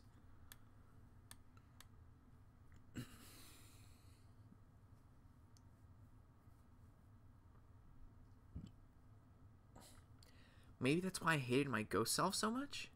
Why? Because I just had a sense. On some level, I knew she was right. She was happy and honest with herself. That's what made her a version of myself who was actually worthy of someone I cared about. Don't get me wrong, we had a nice time for a few years living on that meteor. It was a good, stable, pale relationship, but that's all it was. We couldn't really connect in a deeper way because I'm still the way I am, I guess. Layers and layers of armor and defenses. I had some mysterious feeling that the weak ghost version of myself was always meant to form that kind of connection with her that I never could, because she didn't have any of that stuff getting in the way, which is probably why I flipped out at her. The person you're talking about here, it kind of sounds like you love her. What? No. Okay, whatever. I don't believe this. I mean, maybe? Sorta. It's a complicated feeling. It doesn't actually sound that complicated, but again, whatever. I don't know. I still feel sort of messed up about this, and I don't think I can pinpoint exactly how I feel. Maybe you can't even boil it down to one quadrant at all. What are we talking about here? I don't think I can talk about this anymore. Oh god, it's not my mom, is it? Or one of them? Oh, fuck no, not them. Anyway, they're living on this planet. Remember I said I'd probably never see her again? Yeah. You're just talking about the girl you blinded that one time, aren't you? Maybe I'm not fucking stupid? I know some lore. Vriska rolls her head again. Parentheses, Vriska rolls her head against the clown cadaver to face the sky again. Even if this is another near duplicate of herself who's easy to confide in, maybe she's said too much already. Maybe she's even admitted too much to herself. Moments pass in silence. I'm pretty sure Harry's dad used to talk to her a lot. What? The blind girl. He did? When? I don't know, years ago. How's that possible? I mean, from this place. What, Earthsea? I don't think I get the question. You don't seem to understand. We're all inside... Never mind. What were they even talking about? I've no idea. You want to look? Look at what? Just a minute ago, I swiped his phone. You stole John's phone? Yeah, I steal stuff sometimes.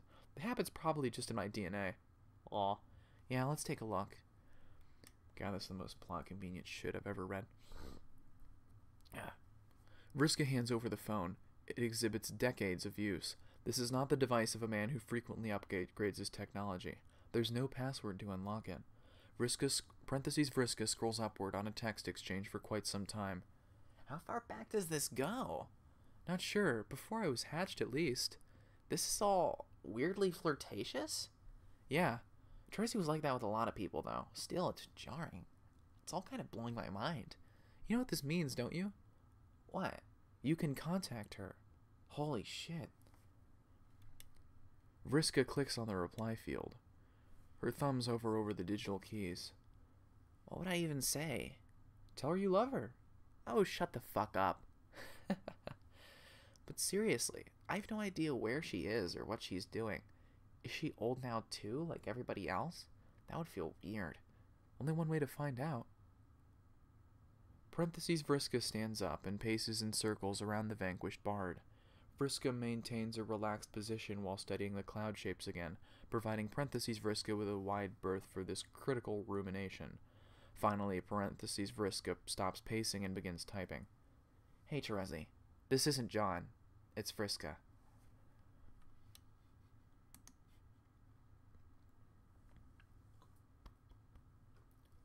Roxy tugs at a piece of her hair behind her ear with one hand as she checks the time on her phone with another. John's not late, but Roxy's run out of things to do except wait for him, which is both cosmically appropriate and annoying.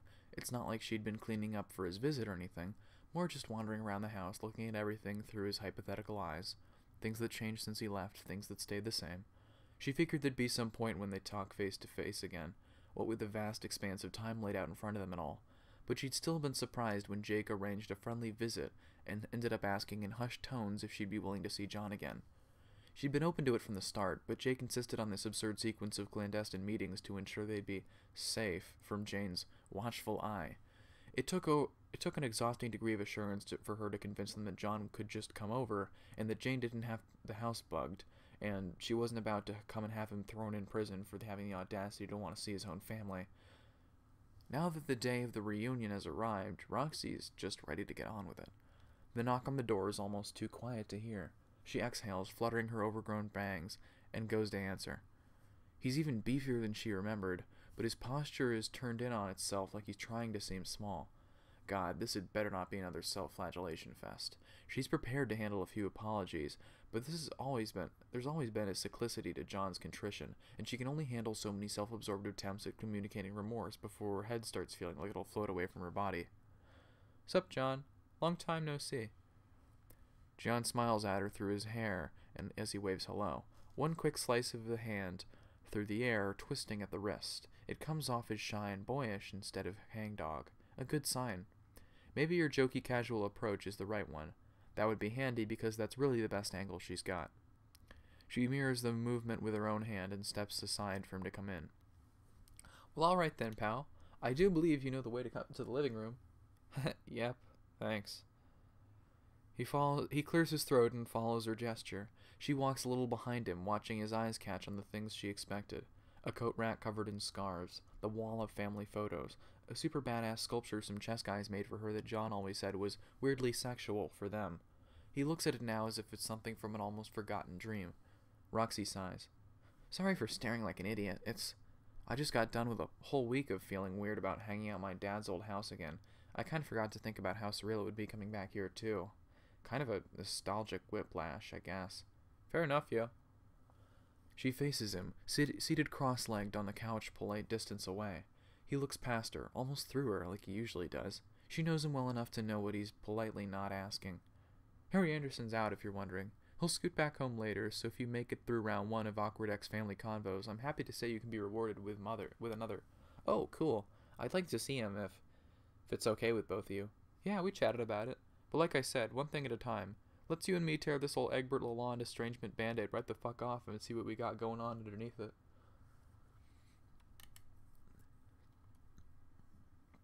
John laughs, and there's a shadowed flicker of warmth to it.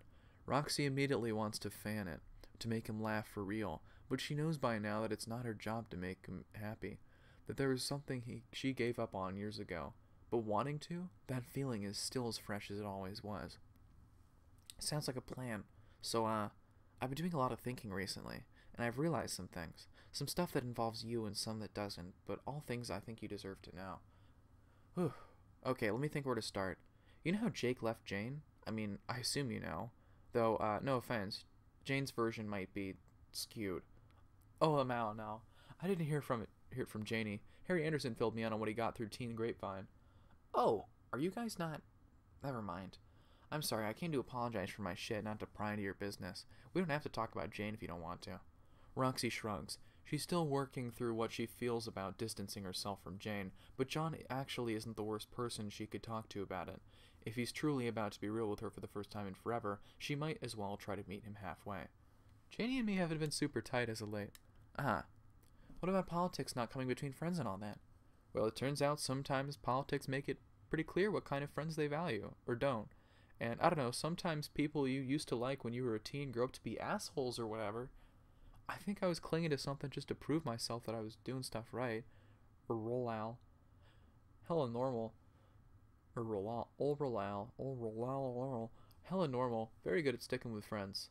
The more I thought about it, I figured holding on to that one thing made me lose out on some other shit. You might relate. Heh, you got me there, I guess. Anyways, I'm not trying to take up all your big speech time with my stuff. You were telling me about how Jake and Janie finally went splits ways and how it gave you some sort of epiphany. No, it's cool. I'm glad to hear it. We can come back to your shit after my shit, maybe. But, yeah, Jake, he and Tavros are living with me now. I think for the foreseeable future. We're expecting Jane to have kind of a fit about it, but all we've gotten so far are some divorce papers. If she knows where Jake is and she hasn't had a drone fleet dispatched to nuke my house off the planet, I think that's a good sign she's actually just letting them go, which is kind of surprising, but good, I guess. Okay, I'll be the first to admit that Jane's turned into kind of a jerk lately, but no, she's actually not, like, literally evil, lol. That's debatable. Sorry to disappoint, but Jane's just a person. You can't actually blame her for everything that went wrong in our marriage. Like, I was her helpless thrall or something. That's not what I was saying. Okay, neither of us came here to argue about Janie, did we? You're right. Let's just not talk about her. Yes. Anyway, I've been doing a lot of thinking about how things got to be like they are. I guess I'll just come out and say it. I completely fucked up your entire life. I'm not gonna pretend like there's two sides here. It's my bad, totally. Like, not just what happened to our marriage, though it's also true that that's completely my fault, but before that, I think I fucked up on just this massive fundamental level, and it's what I did, or, well, what I didn't do, that caused every stupid bullshit thing about the way this world is. None of this was meant to be this way. Honestly, it didn't feel right that we got married at all, does it? Your life was just heading in this other direction with Callie, and I don't know. I just kind of took that from you. I think I ended up taking a lot of decisions from a lot of people. Everything took a backseat to what I wanted. Whatever cosmic significance the lives here do or don't have, all the pointless suffering I've created is inhumane and... Oh no, I'll stop you right there, my man. She feels a bit bad cutting him off. This conversational space they've carved out for themselves is balanced on a tenuous trust, and she doesn't want to scare him away. It's just that she could feel his whole speech gathered up inside him, poised to gush out in one long-road ramble, and frankly, it's just some bullshit. She knows more than he does, and she doesn't need to hear it. She's not a kid anymore, and she doesn't have to pretend someone else is right just to keep the peace if she doesn't want to. I'm sorry, John, I love you, but this is some steaming horseshit. What?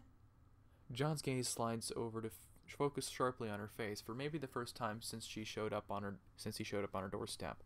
Goosebumps trail down her shoulders, but she doesn't let the closeness of it distract her from her frustration.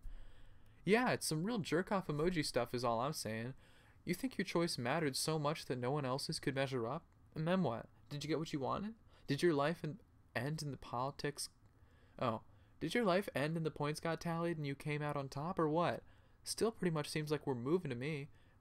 And you sure don't seem like you're winning, so where's all this good shit that you gotta go around handing out apologies for? Also, damn dude, while we're at it, you forgot to actually say sorry in that apology.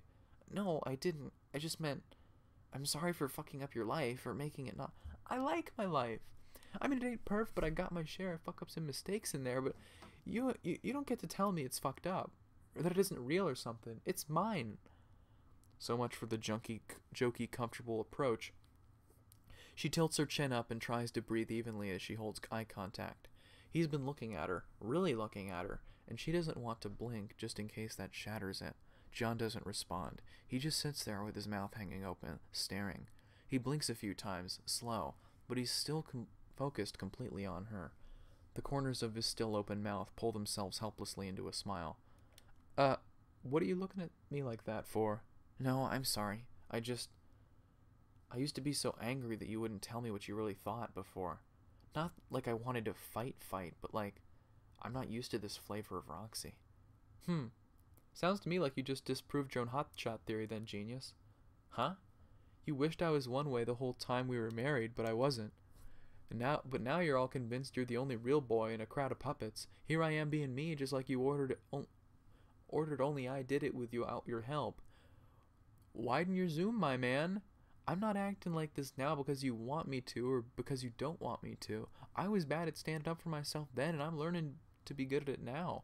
I've got my own self-actualization train. You're just pulling into one of the many Roxy figures or some one. You're just pulling into one of my many Roxy figures, some shit out stations right as I built it. But you were never like that before I...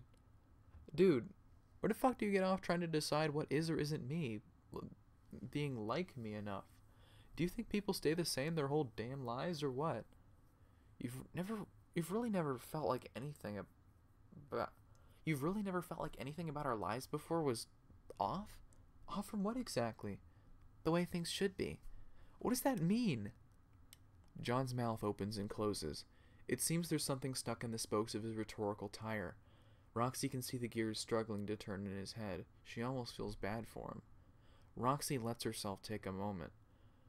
She doesn't want to reassure him with lies to tell him that he's never fucked up anything in his life, but she doesn't want to twist around the knife of blame further into him than it needs to go. So she shrugs, looks into her ex-husband's eyes, and tells him the truth. I mean, I felt something, I guess. But it's not just you. You've never been the only player in this game, you know. Do you not remember who all was there when we kicked this off? Me and Callie would have told you had a choice if it was all some meaningless... Me and Callie wouldn't have told you had a choice if it was just some meaningless BS. It's not like I was ever some master seer of all that ever was or will be, but I know a little bit about what would have gone down if things were different. You know what? I like the way things turned out just fucking fine.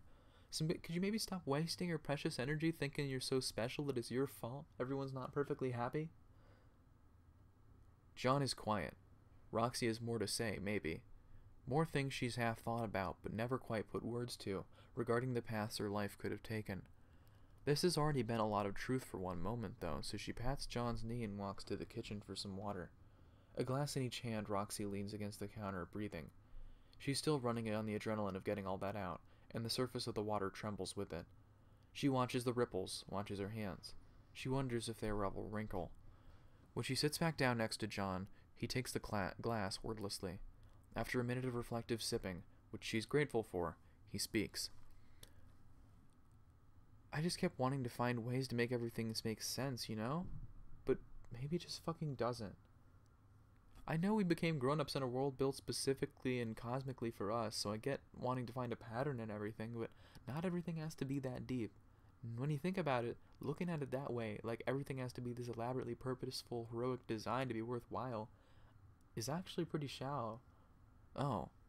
Yeah, I guess. John scratches the back of his head like an anime love interest, and lets out one mind-fucked exhale of a laugh. His features are droopy, his whole body tired from the mental wringer he just went through, but he's still looking at her for real. Fondness surges through her, not in a way where she fears the reignition of any romantic feeling, it's just that she understands him, and he's starting to understand her. It's a comfortable feeling, the way an old t-shirt you thought you lost but discovered in the back of the closet is comfortable. Smells mostly musty, but still enough like home to knock you right on your ass. I'm sorry. It's just so hard to not feel like a total asshole.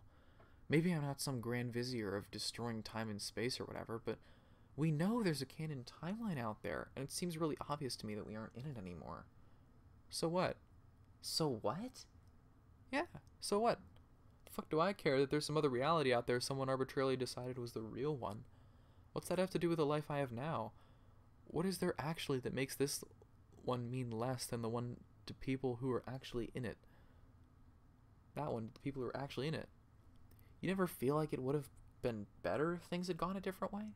Magic or no, I could have done a lot differently, for you especially. Stuck around, or stayed out of your way to begin with. Let you and Callie do your thing, or whatever it was you seemed to be headed off to do. I just didn't expect it to be me after. Roxy wrinkles her nose. Thinking about all the lives she could have led makes her feel dizzy. Nah, don't say that. I mean, I accept your apology this time, but there's obviously all kinds of ways that shit could have gone, and to be honest, back then, with her, mostly I think I just wanted to do stuff right. Not that I knew what the fuck that even meant, Mal, which was probably the problem, Mal. Just like, we had this big, fresh as hell start at being people. I had all these conflicting thoughts about how to be me in the first place, like what it was to date a beautiful skull alien, sexuality-wise and gender-wise and person in general-wise. For a while there, I didn't know if I wanted people to think of me as a woman at all. I didn't know. Well, I guess maybe I wondered, but the way young idiot me would have wondered, so not that deeply. And it seemed like you'd forgotten all about it when we got together. I hadn't forgotten about it. Do you want to talk about it? I could have told you then, but I felt kind of embarrassed about flip-flopping with my identity, I think. I mean, it isn't like I grew up with big air quotes society telling me, air quotes society telling me what was right and wrong like you did, so it wasn't any kind of shamefest, just a lot of abstract hypotheticals we'd only started talking about and never got very far into. I don't know. I thought I might do things one way, but then I stopped hanging out with Callie as much. It's not like I stopped thinking about it, or her, but it never really came up with anyone else, so I didn't really feel like I could talk about it with you, so I never brought it up again. I'm really sorry you felt that way, Roxy. It's okay, it's not your fault. But you don't regret it? Not going for that stuff and instead just marrying me? I'm not asking so you can absolve me, I'm just impressed. How do you not second guess every choice you make? I haven't stuck my head in the timeline vortex like you have, so I don't know what it is like to see other options. I just do things the best way I think to do them and then shrug and hope it works out. Roxy thinks about time and the spirals of choice that hang outside her periphery, and the vertigo grows. She rolls the word regret around in her brain. She feels it on her tongue. John waits. I don't think I can regret anything. There's not only one right way to be me, in my opinion. I like the me I am. It's not like I went and decided, actually, hell yeah, I love to be a woman and do all this shit on a woman checklist. I get that that's probably what it looks like outside my own self, but I don't care about that. Sorry, lol, I'm not good at this explanation of what transpires my brain thing. Water.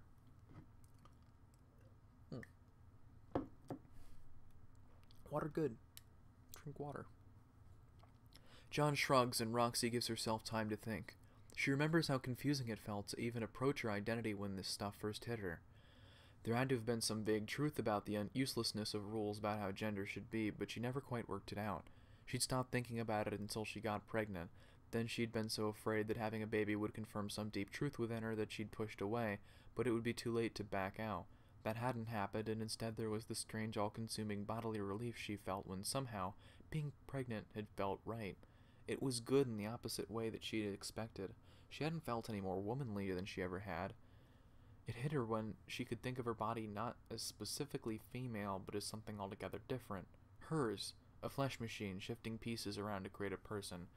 Her breasts, which she'd not really known what to do with or how to feel about, suddenly had a specific practical purpose. It allowed her to retreat from the concept of gender entirely, grounding herself only in the physical reality of using her body to make another two heartbeats blending in a rhythm that was nothing but human. She does not know how to articulate this to John. It's convoluted and personal, and she isn't sure she can do the overwhelming goodness of it justice. But then, Harry Anderson is his too, so she knows she has to try. I don't know, this life I've been living gave me Harry Anderson. That kind of outweighs anything else just for me personally. And it's not like I ever totally quit thinking about that gender stuff. I just found a different way to work it out than maybe I was originally gonna.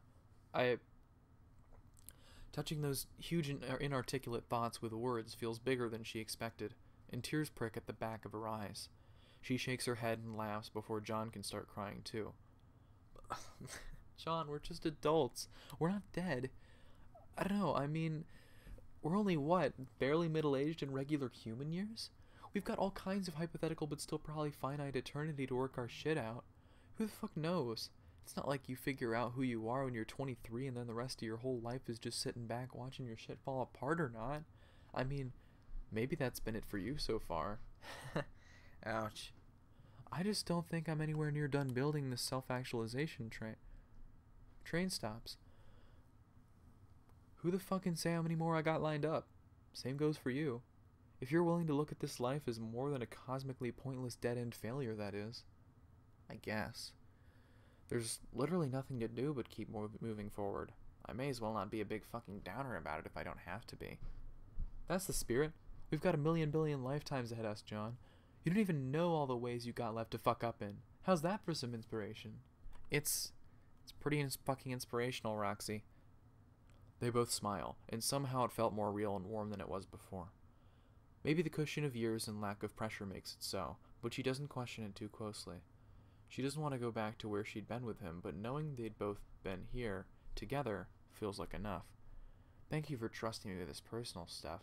I know partly you were telling me all that to kick my sad sack ass, but I know you don't talk about this kind of thing every day. To be real, I haven't let myself even think about it every day. So thanks for letting me ramble at you out loud instead of just almost thinking about it every few years. I guess sometimes it takes hearing the same shit over and over again until it sticks. That's mostly known on myself, by the way. Well, now we're just ripping off the band-aids left and right over here. A couple of professional issue discussers. Yeah, I'm frankly baffled by how fucking good we are at this. Where was this when we sucked so hard at being married? Buried under a shocking number of issues is my guess. Well, it's nice to throw a few off for once. Feel free to communicate with me instead of spending the next 300 years in a silent prison of your own making if you so desire. John nods. And as he opens his mouth to speak, the door opens. Harry Anderson looks at the two of them all teary and laughing and hikes his bag higher on his shoulder, shifting his weight. Roxy sees a muscle tighten in his jaw. Her beautiful, smart boy. She wants to run over and hug him to protect him from the possibility of pain at talking to his father, but she doesn't. She knows how much he's wanted this, no matter how much he jokes about it. She looks back at John, and sees her own awe mirrored in his face. She wills him not to cry, not to fall back on his self-imposed suffering and blame loop.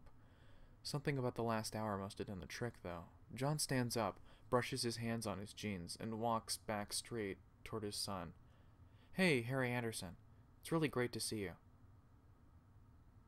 It's really, really good to see you. Do you want to go for a drive? The muscle in Harry Anderson's jaw clenches a few more times, but when he smiles, it's genuine. Yeah, Dad. That'd be cool.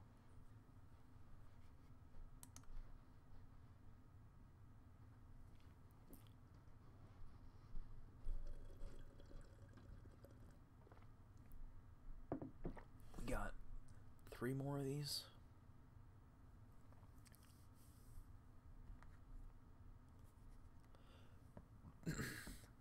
On the other side of the continent, somewhere along the border between the human and troll kingdoms. I'm yawning.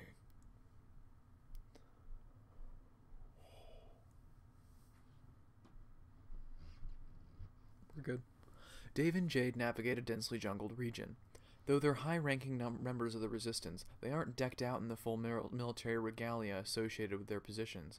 They're in camo fatigues, Dave sporting a patchwork of bright and dark reds, Jade in black and grays. This is the designated attire for those on scouting and reconnaissance missions, which is the nature of their current expedition.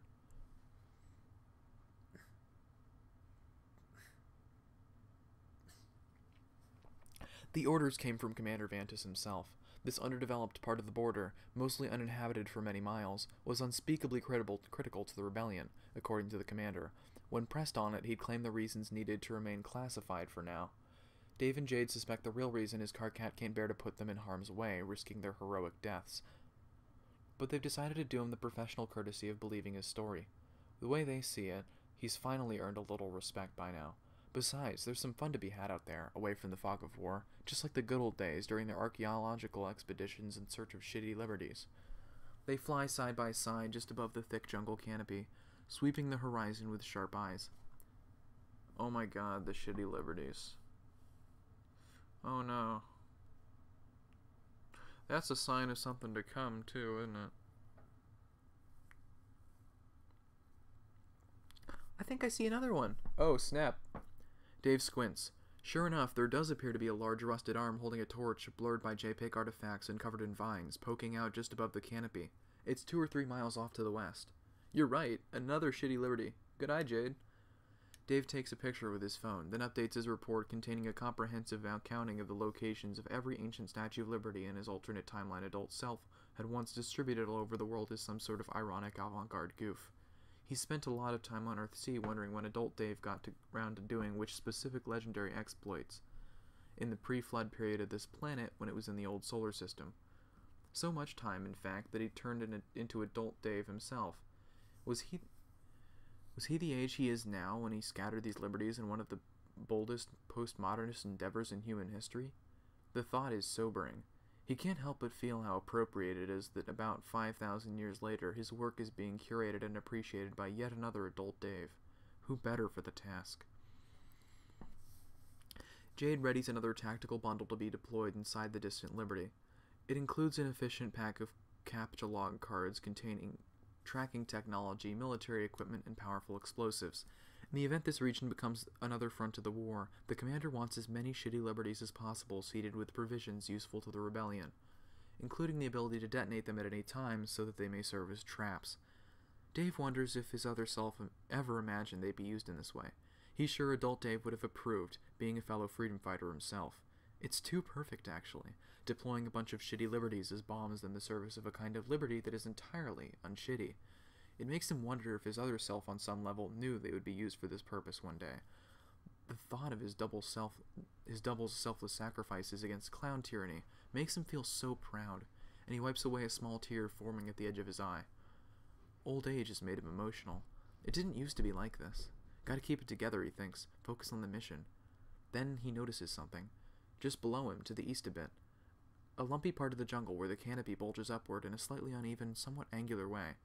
It suggests a rigid structure beneath the overgrowth. Something man-made. Another liberty, perhaps?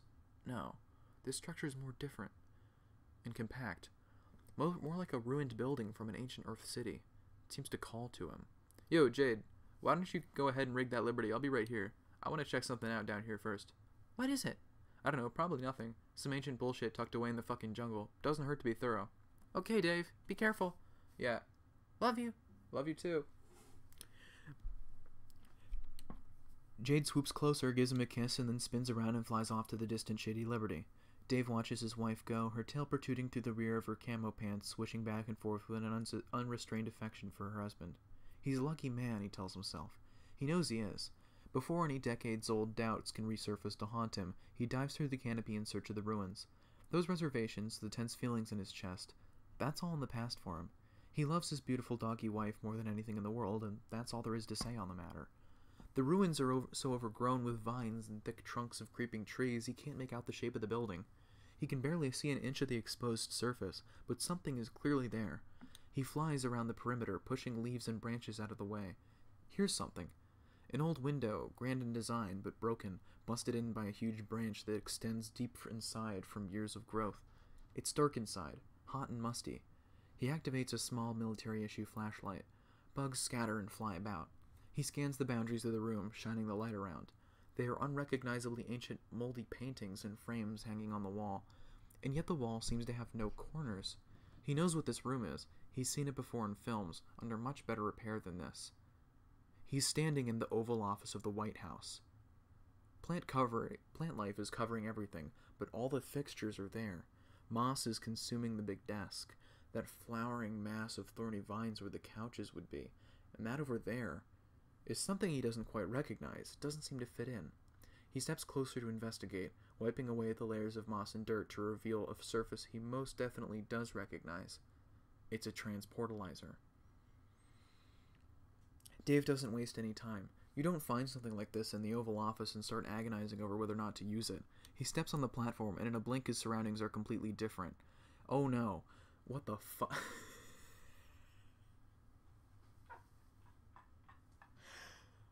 I'm sorry, I suck. I caught the bottom of the screen there. The centuries of overgrowth are gone, and he appears to be in some sort of crypt boxed in by walls of smooth golden stone. At the far side of the room, something is hanging on the wall, encased in a sort of display. It's a mounted god-tier costume, about the size an adult male would wear. He recognizes the symbol. It's the same one Jake used to wear when they were teens. It is the symbol for hope. He steps toward the costume. Hears a click under his shoes. He looks down and discovers he's standing on a large button, which has just become illuminated under the pressure of his feet. The button bears a strange angular symbol he doesn't recognize, but before he can study it, something directly in front of him draws his attention. The fucking hose. It's the fucking hose again. Oh my god. Thousands of bright particles swarm from an unseen origin and coalesce into a solid luminous figure in the shape of a tall man. The radiance of the holographic image diminishes to reveal a man in a suit with a strikingly recognizable face. Dave draws in a sharp breath and clutches at his chest. Hello, Mr. Strider. I've been waiting a long time for you to show up. Dave's jaw hangs open. The legends have been confirmed, as well as several key headcanons of his. Without thinking, he drops to one knee and bows his head. Mr. President, it's an honor, sir. President Obama laughs amiably and gestures with one hand for Dave to rise. Come on now, Dave. We can't be having that. I'm nobody's king. I'm a democratically elected representative who took an oath to serve his country and his people. People like you, Dave. If anything, I should be the one bowing. Dave says nothing, at a loss for how to respond to such soft-spoken words of wisdom and humility. He idles for a moment, seemingly waiting for Obama to follow through with his promised act of deference. I'm not gonna bow, man. I was just pulling your leg. Oh, okay. I just want to talk to you for a little while. Is that alright, or do you have somewhere you need to be? Oh, No, sir. I don't have anywhere to... Yes, sir. It's more than alright. It's such an honor to... What I mean is... Fuck. Mr. President, what I mean is I'm a huge fan of yours, and I hope this doesn't sound fucked up on some level, but I feel like I've been waiting my whole life for this moment. I know, Dave. Obama offers a warm smile. He looks down, adjusting the cuffs of his holographic suit with the casual manner of a skilled statesman. It's the body language of a man getting down to business. Now, you probably weren't aware of this, but I'm familiar with the work you've done for your country in the past. For this whole planet, actually. Before you moved it, that is. You knew about him? Me. Oh, yes. Most people thought I was gone, but I was keeping an eye on events. Wouldn't miss it for anything. Where did you go? I was doing what you did back then, when the world needed you. I was doing what you're doing now, under the same circumstances. I was answering the call. I went about it in a way no one at the time could understand. You see, Dave, no one can really see the big picture. That's what leadership is all about. Looking at the big picture, seeing the long road ahead, making the hard choices for the greatest good. Not just decisions that lead to a better tomorrow, to make sure the next year is better than the last, or even the next decade. You have to think about the next century, the next millennium. Sometimes you may even have to leave people wondering if you've forsaken them entirely, because your real duty is to concern yourself with the final destination of the planet, to make sure it stays safe along the hard journey and ends up being the best home it can be for both the human race and the many newcomers to our world. Doing the right thing often means walking a long and lonely road, Dave. But I'm guessing you've already figured this out. I guess so. Dave pauses, pensively fiddling with the pockets of his camo pants. He has so many questions for the ex-president. He braces himself and presses ahead. If you don't mind my asking, sir, I thought you died?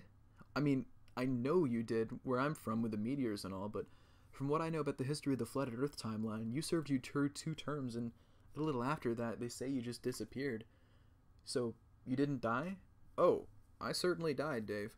Just not when they say I did. Like I said, I was just answering the call. Other brave heroes like you stepped in to fill the void I left behind, as I knew you all would. And some say the death of those heroes was in vain, or a waste, since the human race was wiped out anyway. Just like they say my supposed death was a waste, a loss that humanity couldn't endure. But they were wrong. Those heroes were fighting for something. Even if all you manage to accomplish is leaving behind a legacy to inspire others in the future that need the hope to go on. Even if one of those in the future and you end up inspiring is an alternate history version of yourself, Dave. Haven't you been improved by the knowledge of what you grew up to be in my time? Can you really say you'd be what you are today without the memory of him? Or the memory of me, for that matter? Dave considers the question seriously. He's transfixed by Obama's kind gaze and can't seem to look away. There are times when he feels he's relieved by the lifestyle decision he made as a kid to wear a pair of aviator sunglasses at all times, no matter what. No, but that's all good and totally inspiring and all, but sorry if this is nosy, but you didn't die when you disappeared, then how did you die? Most of that is classified, Dave. Rest assured, it was a heroic death that took place many years after my disappearance, upon which rested the fate of Paradox Space itself. There were loose ends to tie up, baggage from my distant past. You know how it is. Troubles from your childhood tend to follow you, even after you move into the White House, believe me. Yeah, I guess so. What happened to you as a kid, or is that classified too? No, it's not classified. Because I never even told the government about it. Can't classify what you don't know. Damn. When I was a boy living in Hawaii, on my 13th birthday, I was visited by a mysterious stranger. He was an older man with a mustache. Kind of a corny, old-fashioned adventure type. He tried to convince me we were related. Of course, I thought he was full of shit. To this day, I'm not sure about that. Maybe he was. I didn't think much of his tall tale at the time, but what did pique my interest was his story. He was voyaging all over the Pacific, looking for a mysterious island, which supposedly had all the answers he'd spent his whole life searching for. During his travels, he set up outposts all over the ocean to help with his search, such as one I lived near when I was a boy. The outpost had a laboratory, an archaeological dig site, a network of underground tunnels, the works. One time I snuck in there and did some exploration of my own. Somewhere in the maze of underground ruins I found a transporter pad, just like the one that brought you here. It sent me to a new realm, a place they called the Medium. Dave does his best to not show it, but his heart is racing faster with every word Obama says. His mind races too, with more thoughts than he can keep track of. Thoughts of affirmation, exhilaration. I knew it. I knew it. His brain repeats to itself. The sense of vindication is indescribable. Others were there, kids my age. I made friends that lasted a lifetime. Over the years, I would return there now and then, when I felt like I was needed. I made one final trip there, and after serving my terms in office, as I said, I kept an eye on Earth events. But I knew I could never return, not with the work that still needed to be done. But before my heroic death, I made sure to have affairs in order, to fulfill certain cosmic necessities of the future, such as our meeting here today, Dave. Holy shit. I capture logged a ghost imprint in my brain. You remember how to do that, don't you? I stored the imprint in this holographic projection device. You see, Dave, it was critical that I had the chance to speak with you, but only when the time was right. Only once you had made it all this way, standing ready to defend the future of Earthsea. Tears are welling up in the corner of Dave's eyes. There go the fucking waterworks again. He says another quiet prayer of gratitude for the shades John gave him. He's got to keep it together. He tells himself there's nothing wrong with crying. Of course there isn't, just not in front of Obama. He's got to keep it together. He sniffs in deeply with a theoretical stoicism and crosses his arms, but on his exhale a small choked sob escapes. He seals his lips tight, but his mouth quivers and puckers under the impossible pressures of restraint. I know what you're going through. There's a lot to be emotional about in these trying times. Hey, why don't we take a walk? You'll have a chance to collect yourself. And there's something I'd like you to see. Obama waves his hand toward a wall, and a secret compartment opens up with the traditional stone grinding noises to be heard in any crypt worth exploring. He leads the way into a dark corridor. They walk for some time, only one pair of solid feet making audible footsteps that echo far ahead into the darkness. The light from Obama himself serves as Dave's torch. Soon he feels calm enough to continue the conversation. Mr. President, you said I reminded you of the adult Dave from your timeline? That's right. So, wait. How did you know adult Dave if you were from the original timeline? Dave, come on now. Surely you must know I'm no stranger to timeline shenanigans myself. Oh, yeah. Of course that's what I was thinking. Anyway, no offense, but are you really sure I'd remind you of him? There are a lot of times where I don't feel like I'm at all living up to that guy's example. A lot of times I feel like I'm just going along with shit. Like my buddy organizes a badass rebellion and I'm just like, duh, yeah, alright. Sounds cool, I guess. I'll scout around the jungle and rig a bunch of shitty Liberty statues to explode if they're the orders. Rig the what to do the huh now? Oh, yeah, maybe never mind that. It's just a stupid mission I'm on, and to be honest, Karkat sent us to do it so we don't get ourselves killed stupidly. Obama nods solemnly at this clarification. His expression makes it clear that this is the type of executive decision he understands all too well. But compared to that guy, I apparently turned out to be, I don't know, I feel like a lesser version of myself somehow. Not lesser, maybe just like, I somehow ended up as the version of me who didn't stay as my true self as I could have. Like, I entered this world already considered a god, already famous, already celebrated as a genius. What was there left to achieve? I still did a lot of incredible and stupid shit that I guess I'm pretty proud of. I don't know. Something feels hollow about a lot of what I've done in the past few years. I guess about a lot of stuff in general. It's just not accomplishments or stuff that that it goes deeper, I think. Like, Karkat managed to rise to the occasion and defend his people, but I barely had anything to do with that. It was mostly him. He turned into somebody pretty incredible, really. You still care a lot about Karkat, don't you? Well, yeah. Of course I do. He's my friend. Are you still sure that's all he is, Dave? I love my wife. Jade has been the best thing that's ever happened to me. The day I decided to marry her and, get off the fence, stop insulting her by acting so casual about it, like our thing was no big deal, she deserved me being all the way into it. She deserves everything, and I know this is still all true. But here come the tears again, more than a drop or two at the corners of his eyes. He blinks, and they run down his face, racing beneath the lower rims of his glasses faster than he can turn away. He's losing control now. His cool is a distant memory, like a dream he's struggling to remember. Obama puts a flickering hand on his shoulder. Dave feels the dense light of the hologram buzzing through the fabric of his clothes, grazing his skin. It tingles like mild static electricity.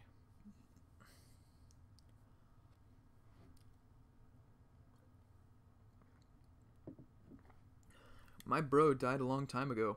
Fucking hung himself for some damn reason. For a little while, while I had a bro, I could talk to him about stuff. I did a little bit, but I don't know if we ever got that deep into whatever. You can always talk to me about anything, Dave. Yeah, thanks, man. I guess what I'm trying to say is I miss him a lot. I think Dirk would be proud if he could see how you turned out. In fact, I know it. No, I mean, yeah, I do kind of miss him too. I try not to think about him much because, well, that's a whole thing. What I meant was, I miss Karkat. Dave falls to his knees.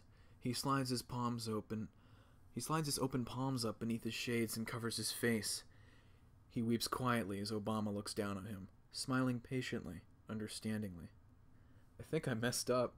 I didn't do the right thing a long time ago, and now, even though I love Jade, I feel like I'm living a lie. I try not to even think about any of this stuff, but now that I'm letting myself not only think it but say it, I feel like I'm panicking. I don't know what to do. He's hyperventilating now, but he catches himself. He has to calm down. This is no way to behave in front of a president. He collects himself, starts breathing steadily, and looks up. Mr. President, can you keep a secret? Yes, I can, Dave. These days, keeping secrets is practically all I ever do down here. I think... He runs a hand through his hair and looks back down. I think I'm gay. Obama purses his lips in that trademark way of his, thoughtful, serious, contemplative. He nods slowly, letting the silence grow, as if considering precisely how to deliver the most perfect arrangement of words any man has uttered in the human history. Over the course of our lives, we all tend to believe we're a lot of different things. One year, you're this. Another year, you're that. Later in life, you start pushing 40 and start worrying you believing in the wrong thing this whole time. I've had my share of doubts about all that, just like any other man. And I've had plenty of the same kind of struggles as you, Dave. Wait, you... Obama nods, smiles wistfully. Dave arches his eyebrows high above his shades. They stare at each other, and in the look they exchange, they seem to say all that needs to be said between two grown men on the matter. Identity, sexuality, gender. All that stuff is about as illusory as I am, standing before you here. Is this the real me? Who can really say? Depending on what real means, or what I even mean when I say me. For that matter, are you even the real you? Haven't you been asking yourself that question one way or another all your life? Yeah, believing is the true key to understanding the truth underlying the words, the truth underlying the ideas they represent, and the truth underlying who we are as individuals. The power of belief, the power of hope, that's what endows that which is intangible, ephemeral, or uncertain with a sense of reality. It brings to focus the insubstantial, the mirages of the mind, the multiplicity of what is possible and of what should be, and isolates it, concentrates it, to turn into that which is. And the result of that, Dave, is what we call truth. Look, I'll be honest, I'm not very practiced in doing an Obama voice, but I know that he's kind of a slow speaker, and I kind of gotta go with that because it's all I have. If this is reading slow, I'm sorry. But when people do Obama impressions, this is what they do. My fellow Americans. And then a long pause.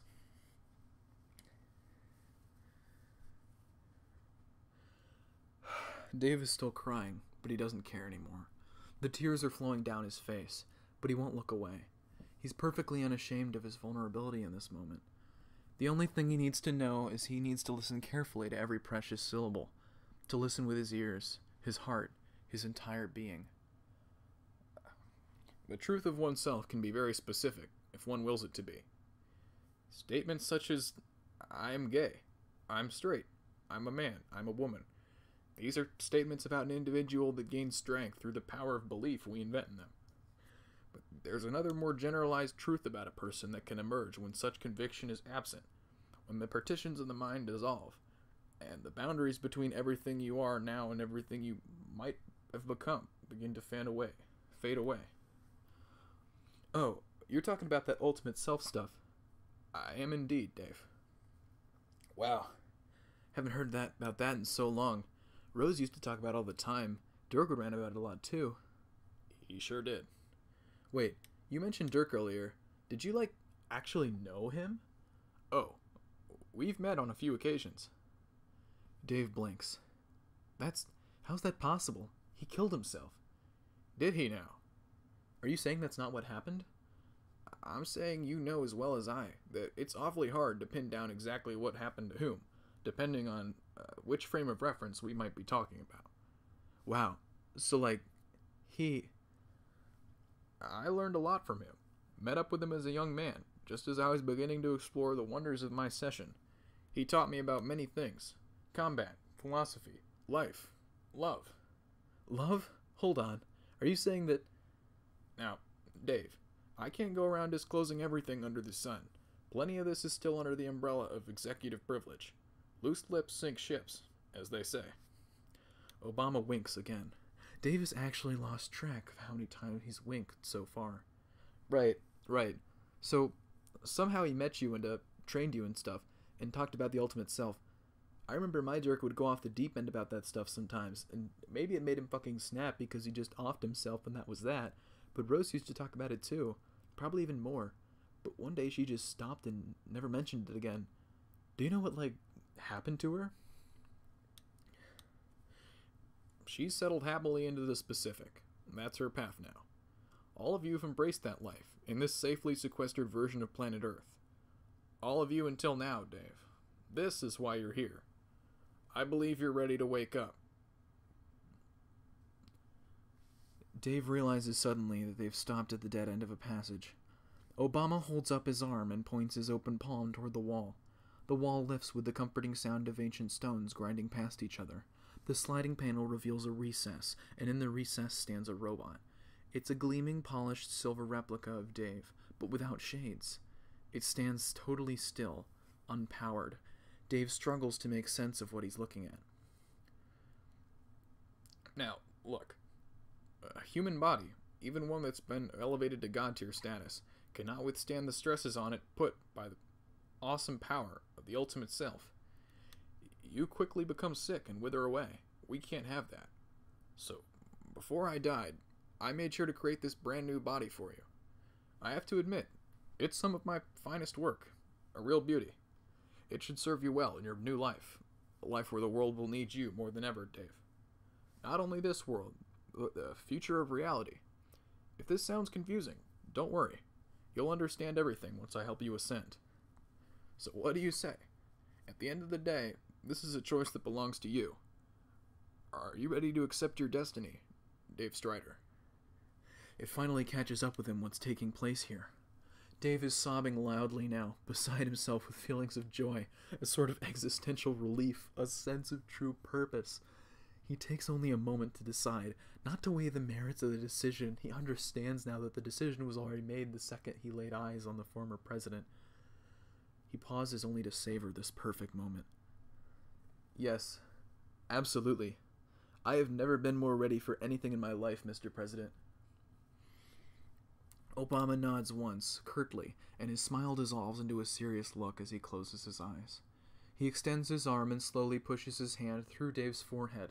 The energy from the dense light form crackles and sends waves through the air like ripples through a pond.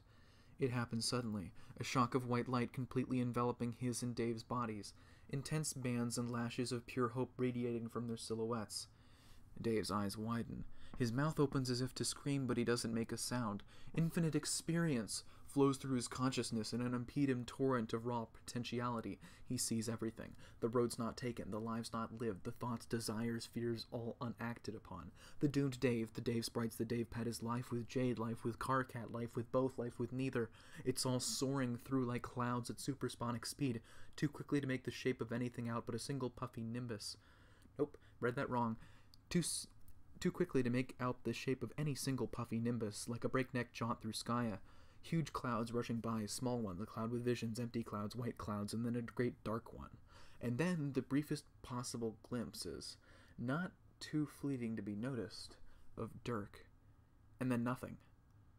It all stops abruptly, and Dave collapses to the ground, dead. Obama is holding his hand up, and floating just above his palm is Dave's ascended essence. It flickers wildly in his hand like a kernel sprite. Obama holds it up to his face and blows it away like dandelion fluff. It floats lazily into the chest of the robot, and with that, Obama disappears, leaving the corridor in total darkness and silence. Seconds pass, then a minute. And then time seems to stop altogether, as if the aspect itself is suspended at forward motion, bowing before the unprecedented transformation taking place. It defers to its greatest night, risen anew. With a deep, reverberating electric hum, the robot's eyes light up. Deep red, bright enough to light up the entire passage. Its face comes to life, its mouth oddly pliable for a metal surface, begins to smile a little, and then, very broadly. The robot steps out of its recess and points its head downward, the searing red beams of its eyes spotlighting Dave's crumpled torso. The robot, Davebot, shakes his head slowly. The doubts, the confusion, the insecurities of the man lying here all died along with his body. Davebot smoothly reaches down, lifts the shades off his corpse, and puts them on his face. It's about fucking time. 40.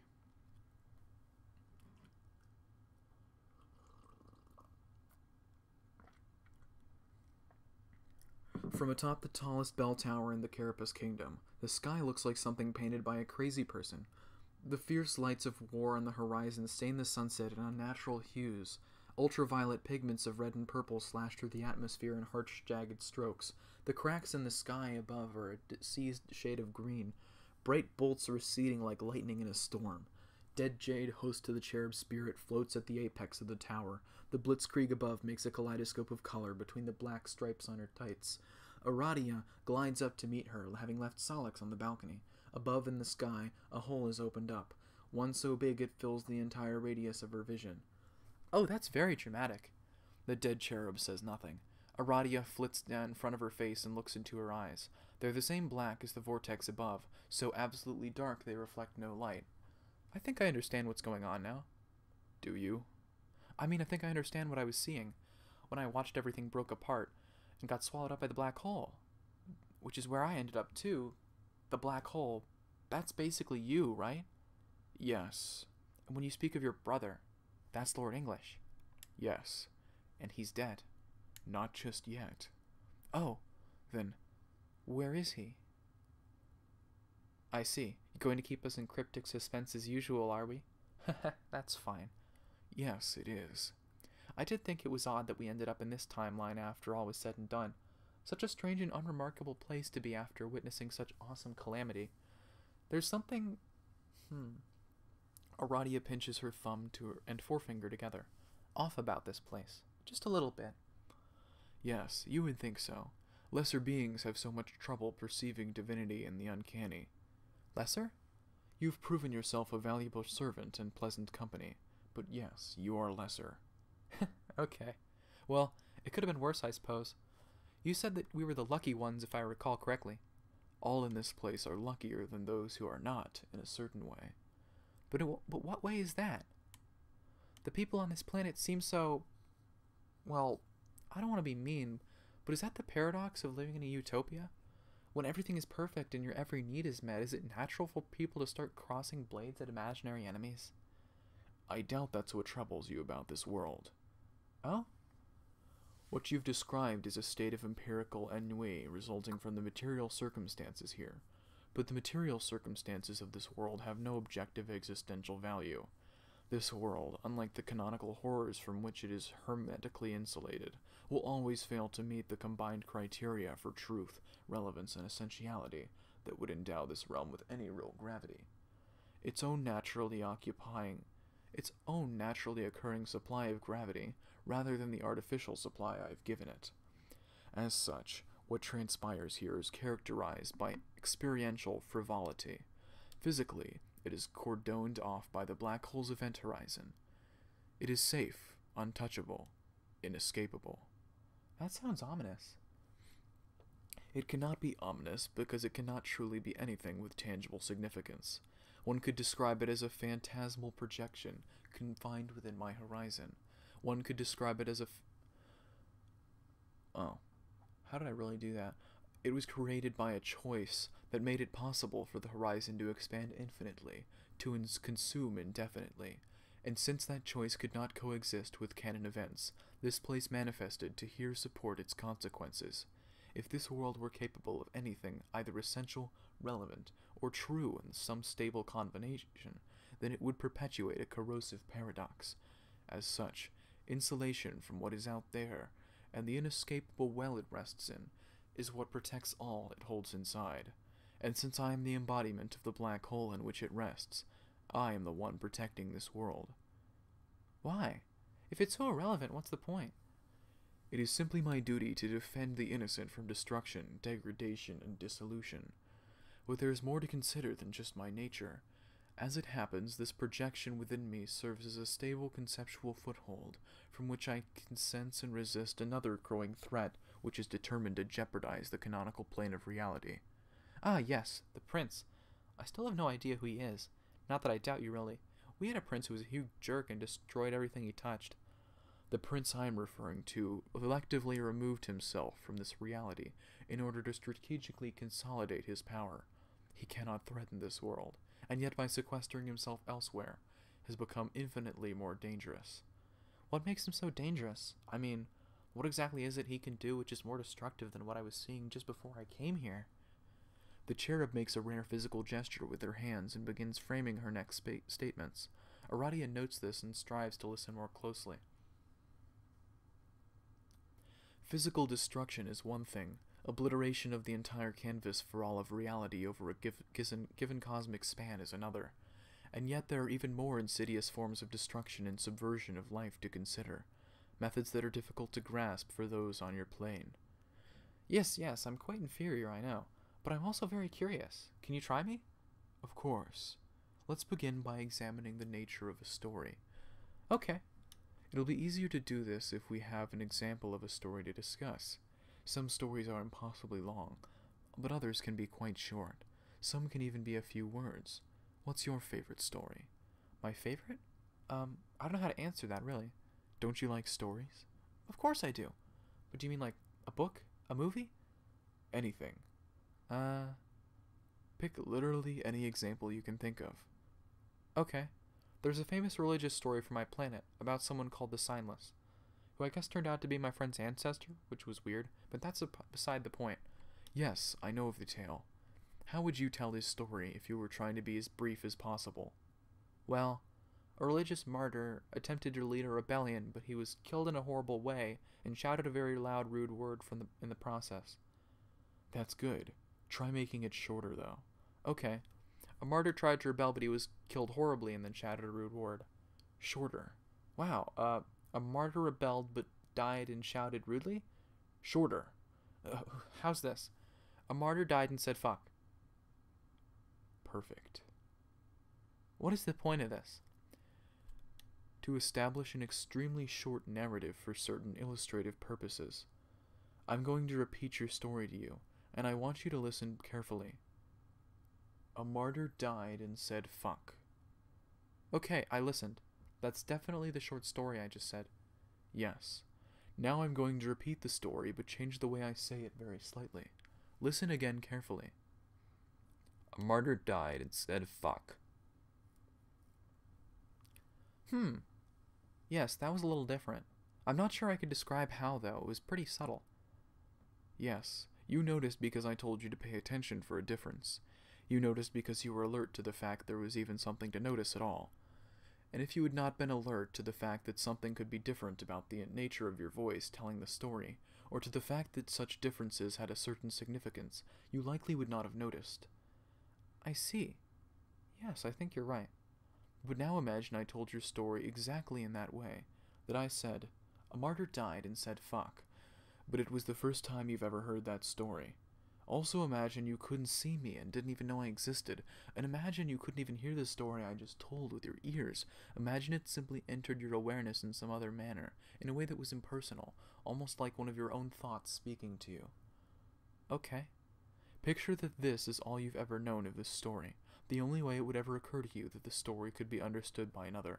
And then one day you meet me.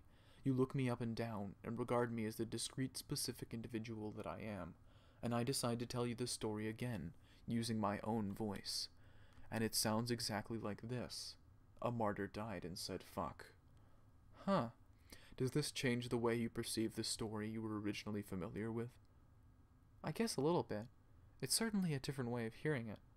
But at least you didn't change my words, so I guess it's not all that different. Exactly. I didn't change any words. But then, it was a very short story I told, wasn't it? Sure was. Now imagine it was much longer, and that was only the first line. That's easy to imagine. His was a long story. Quite true. A story as short as the one we've been using cannot accomplish much when it comes to guiding and manipulating awareness and emotions. It is compact, ostensibly commanding a single and meditative moment of reflection, as a short poem might. The narrative it delivers is freighted with inference. It is a pattern imprinted upon the imagination consisted solely of cognitive dark matter, or a sort of notional negative space. But longer stories have the power to draw consciousness into them. They possess arresting and hypnotic qualities, which can be used by their tellers to alter the awareness of the listener. Again, I'd like you to imagine this is the only way you've ever known this story. But it continues. A martyr died and said fuck. His final howl of profanity reverberated throughout the ages. It inspired his devotees during the darkest times of a brutal regime. His lessons were guarded, kept secret, and espoused in the shadows of tyranny. A vision of peace would inspire those who'd never conceived of it. And though his death was gruesome, it opened the world to a feeling of hope. This hope echoed throughout the ages. It gave his disciples the strength to persist as they perished in droves. It was the only light to shine on a dark planet for millions of sweeps. And if you are one so devoted to his teachings, who see truth in his words, it might be said with great authority that you are wrong. You are foolish to believe his lies. His martyrdom is false, his sacrifice hollow. Repent for your adherence to this illusion now, and perhaps leniency will be your reward. What happened there? I brought to your attention that the story you were listening to had a speaker with a specific identity. And where there is an identity, there can also be an agenda.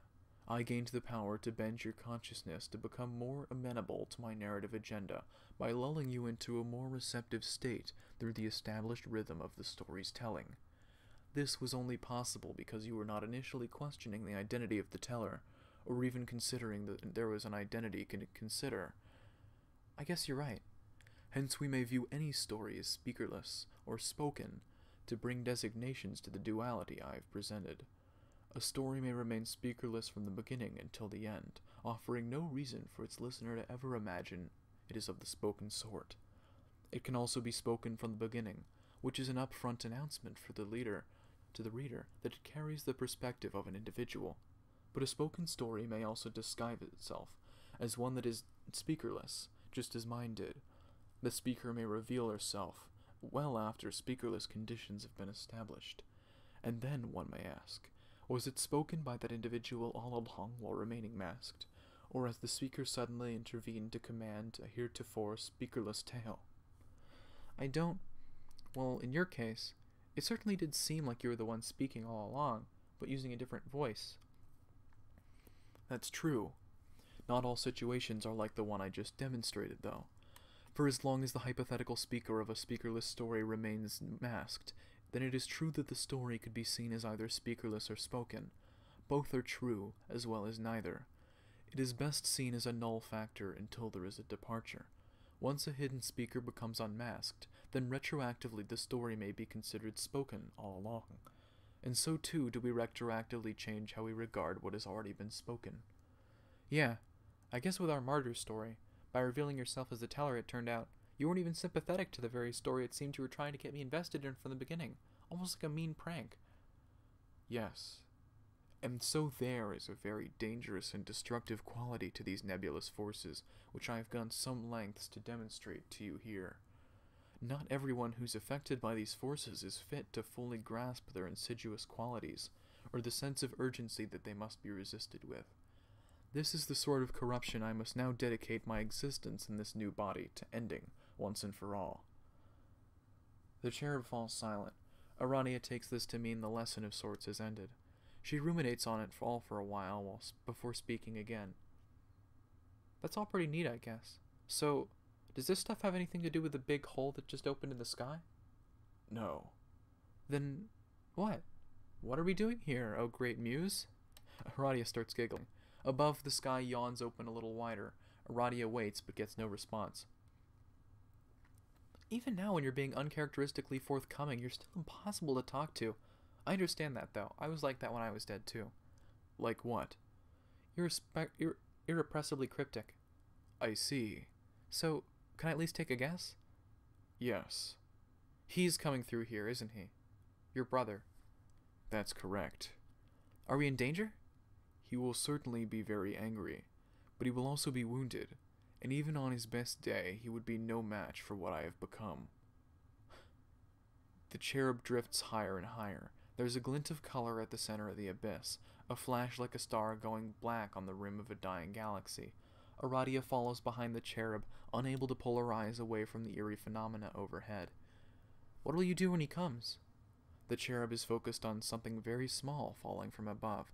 The bright object flutters down from the broken sky and lands in her host body's outstretched hand. It's a feather, burnt at the edges, flickering orange and green. Consume his body, absorb his essence, and then, using this host, I will generate enough power to move beyond the staggering pull of the event horizon encasing this world, a prison of my own making, which can be escaped only through the supreme unification with my other half. It is crucial to the cosmos that I succeed. The Prince of Heart has to be stopped. Postscript.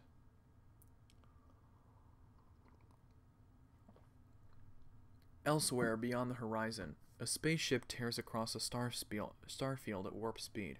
Each dot of distant light stretches to become a spear, hurtling in the opposite direction of the craft faster than any photon ever fired from its surface. The ship was brand new when it departed from Earthsea, and it didn't look a day older now, even though many hundreds of days have passed. It seemed to be built to look like somewhat like a shark, by a designer who wasn't totally sure how many fins a shark had, nor exactly where to stick them on the beast's body. Inside, a hot iron smooths the fabric of an elaborate garment, releasing a gentle hiss of steam. At a glance, it looks like the top to a god-tier costume, but it clearly isn't standard tissue. This one is more stylish, more ornate, more anime? Sometimes one finds there simply isn't another word that will do to describe some sick gear. The iron eases at the wrinkles from the icon emblazoned on its chest, a hot pink heart bisected vertically, hollow in one half. A shiny, graceful metal hand puts the iron down, removes the garment from the ironing board, and reaches for the pantaloons.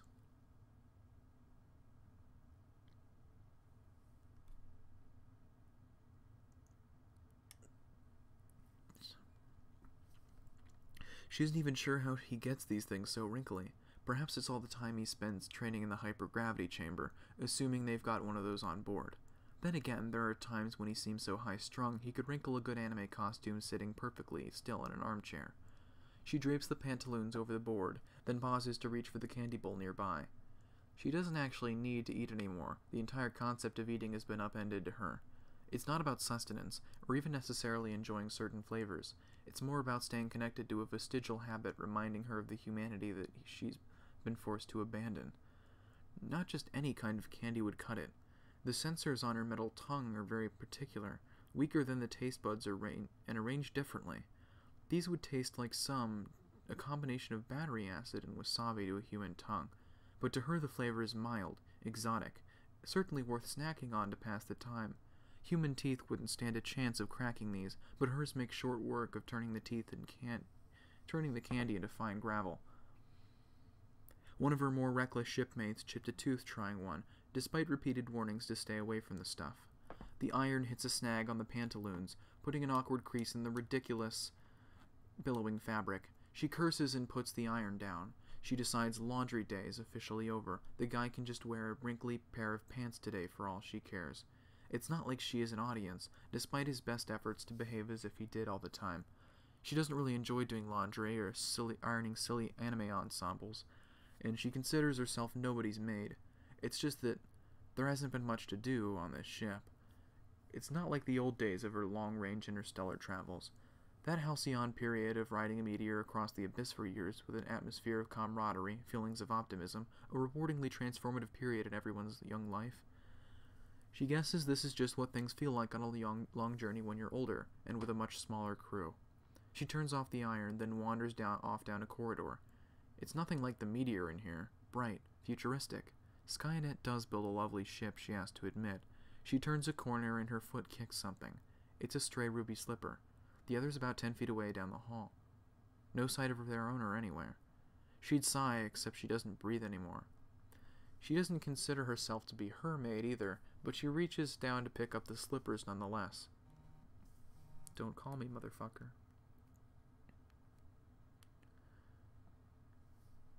She enters a room central to the ship, one that she visits now and then, and possibly for sentimental reasons. Or maybe it's just to creep herself out. Situated near the wall is something that looks like a rather elegantly designed iron lung. It's mostly made of glass, with polished silver trim around the sides and base. There's a digital monitor on the wall. She approaches and places her hands on the glass with a faint metal click. She used to live in this body. She's dressed in the same clothes she was wearing the day she slipped into the coma. A special tiara replaces her typical hairband, lined with blinking transmitters.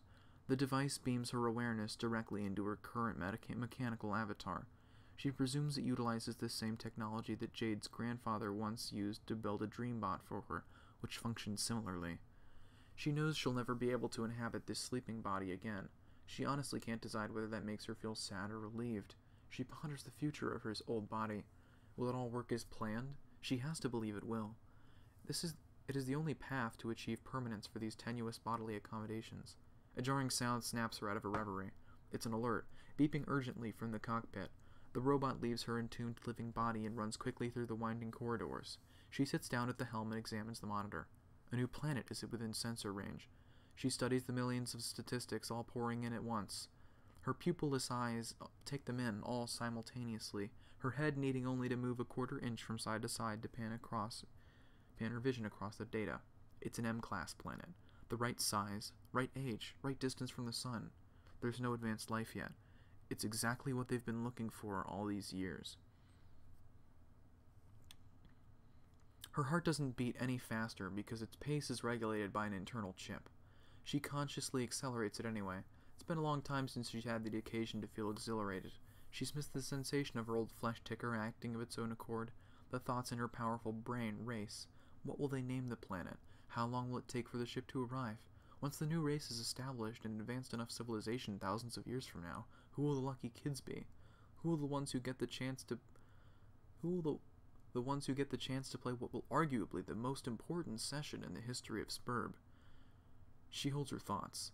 They can wait. There's much to discuss. She taps a button and lowers her head a little closer to a mic on the panel. Dirk. She supplies a courtesy pause, as if waiting for him to reply. He usually doesn't. You're going to want to come see this. Enough time goes by that she begins to wonder if he's asleep. But no, it's just the irritated silence of a man who knows he isn't currently dressed well enough to attend to something important.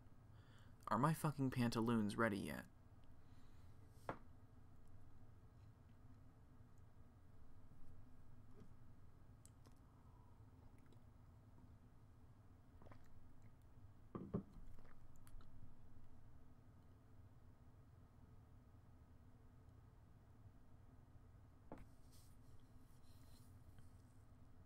This would be a weird ending to have to experience second, like after the meat one, which I haven't read yet, but like for this to be the very last thing that you read. Doesn't feel very conclusive.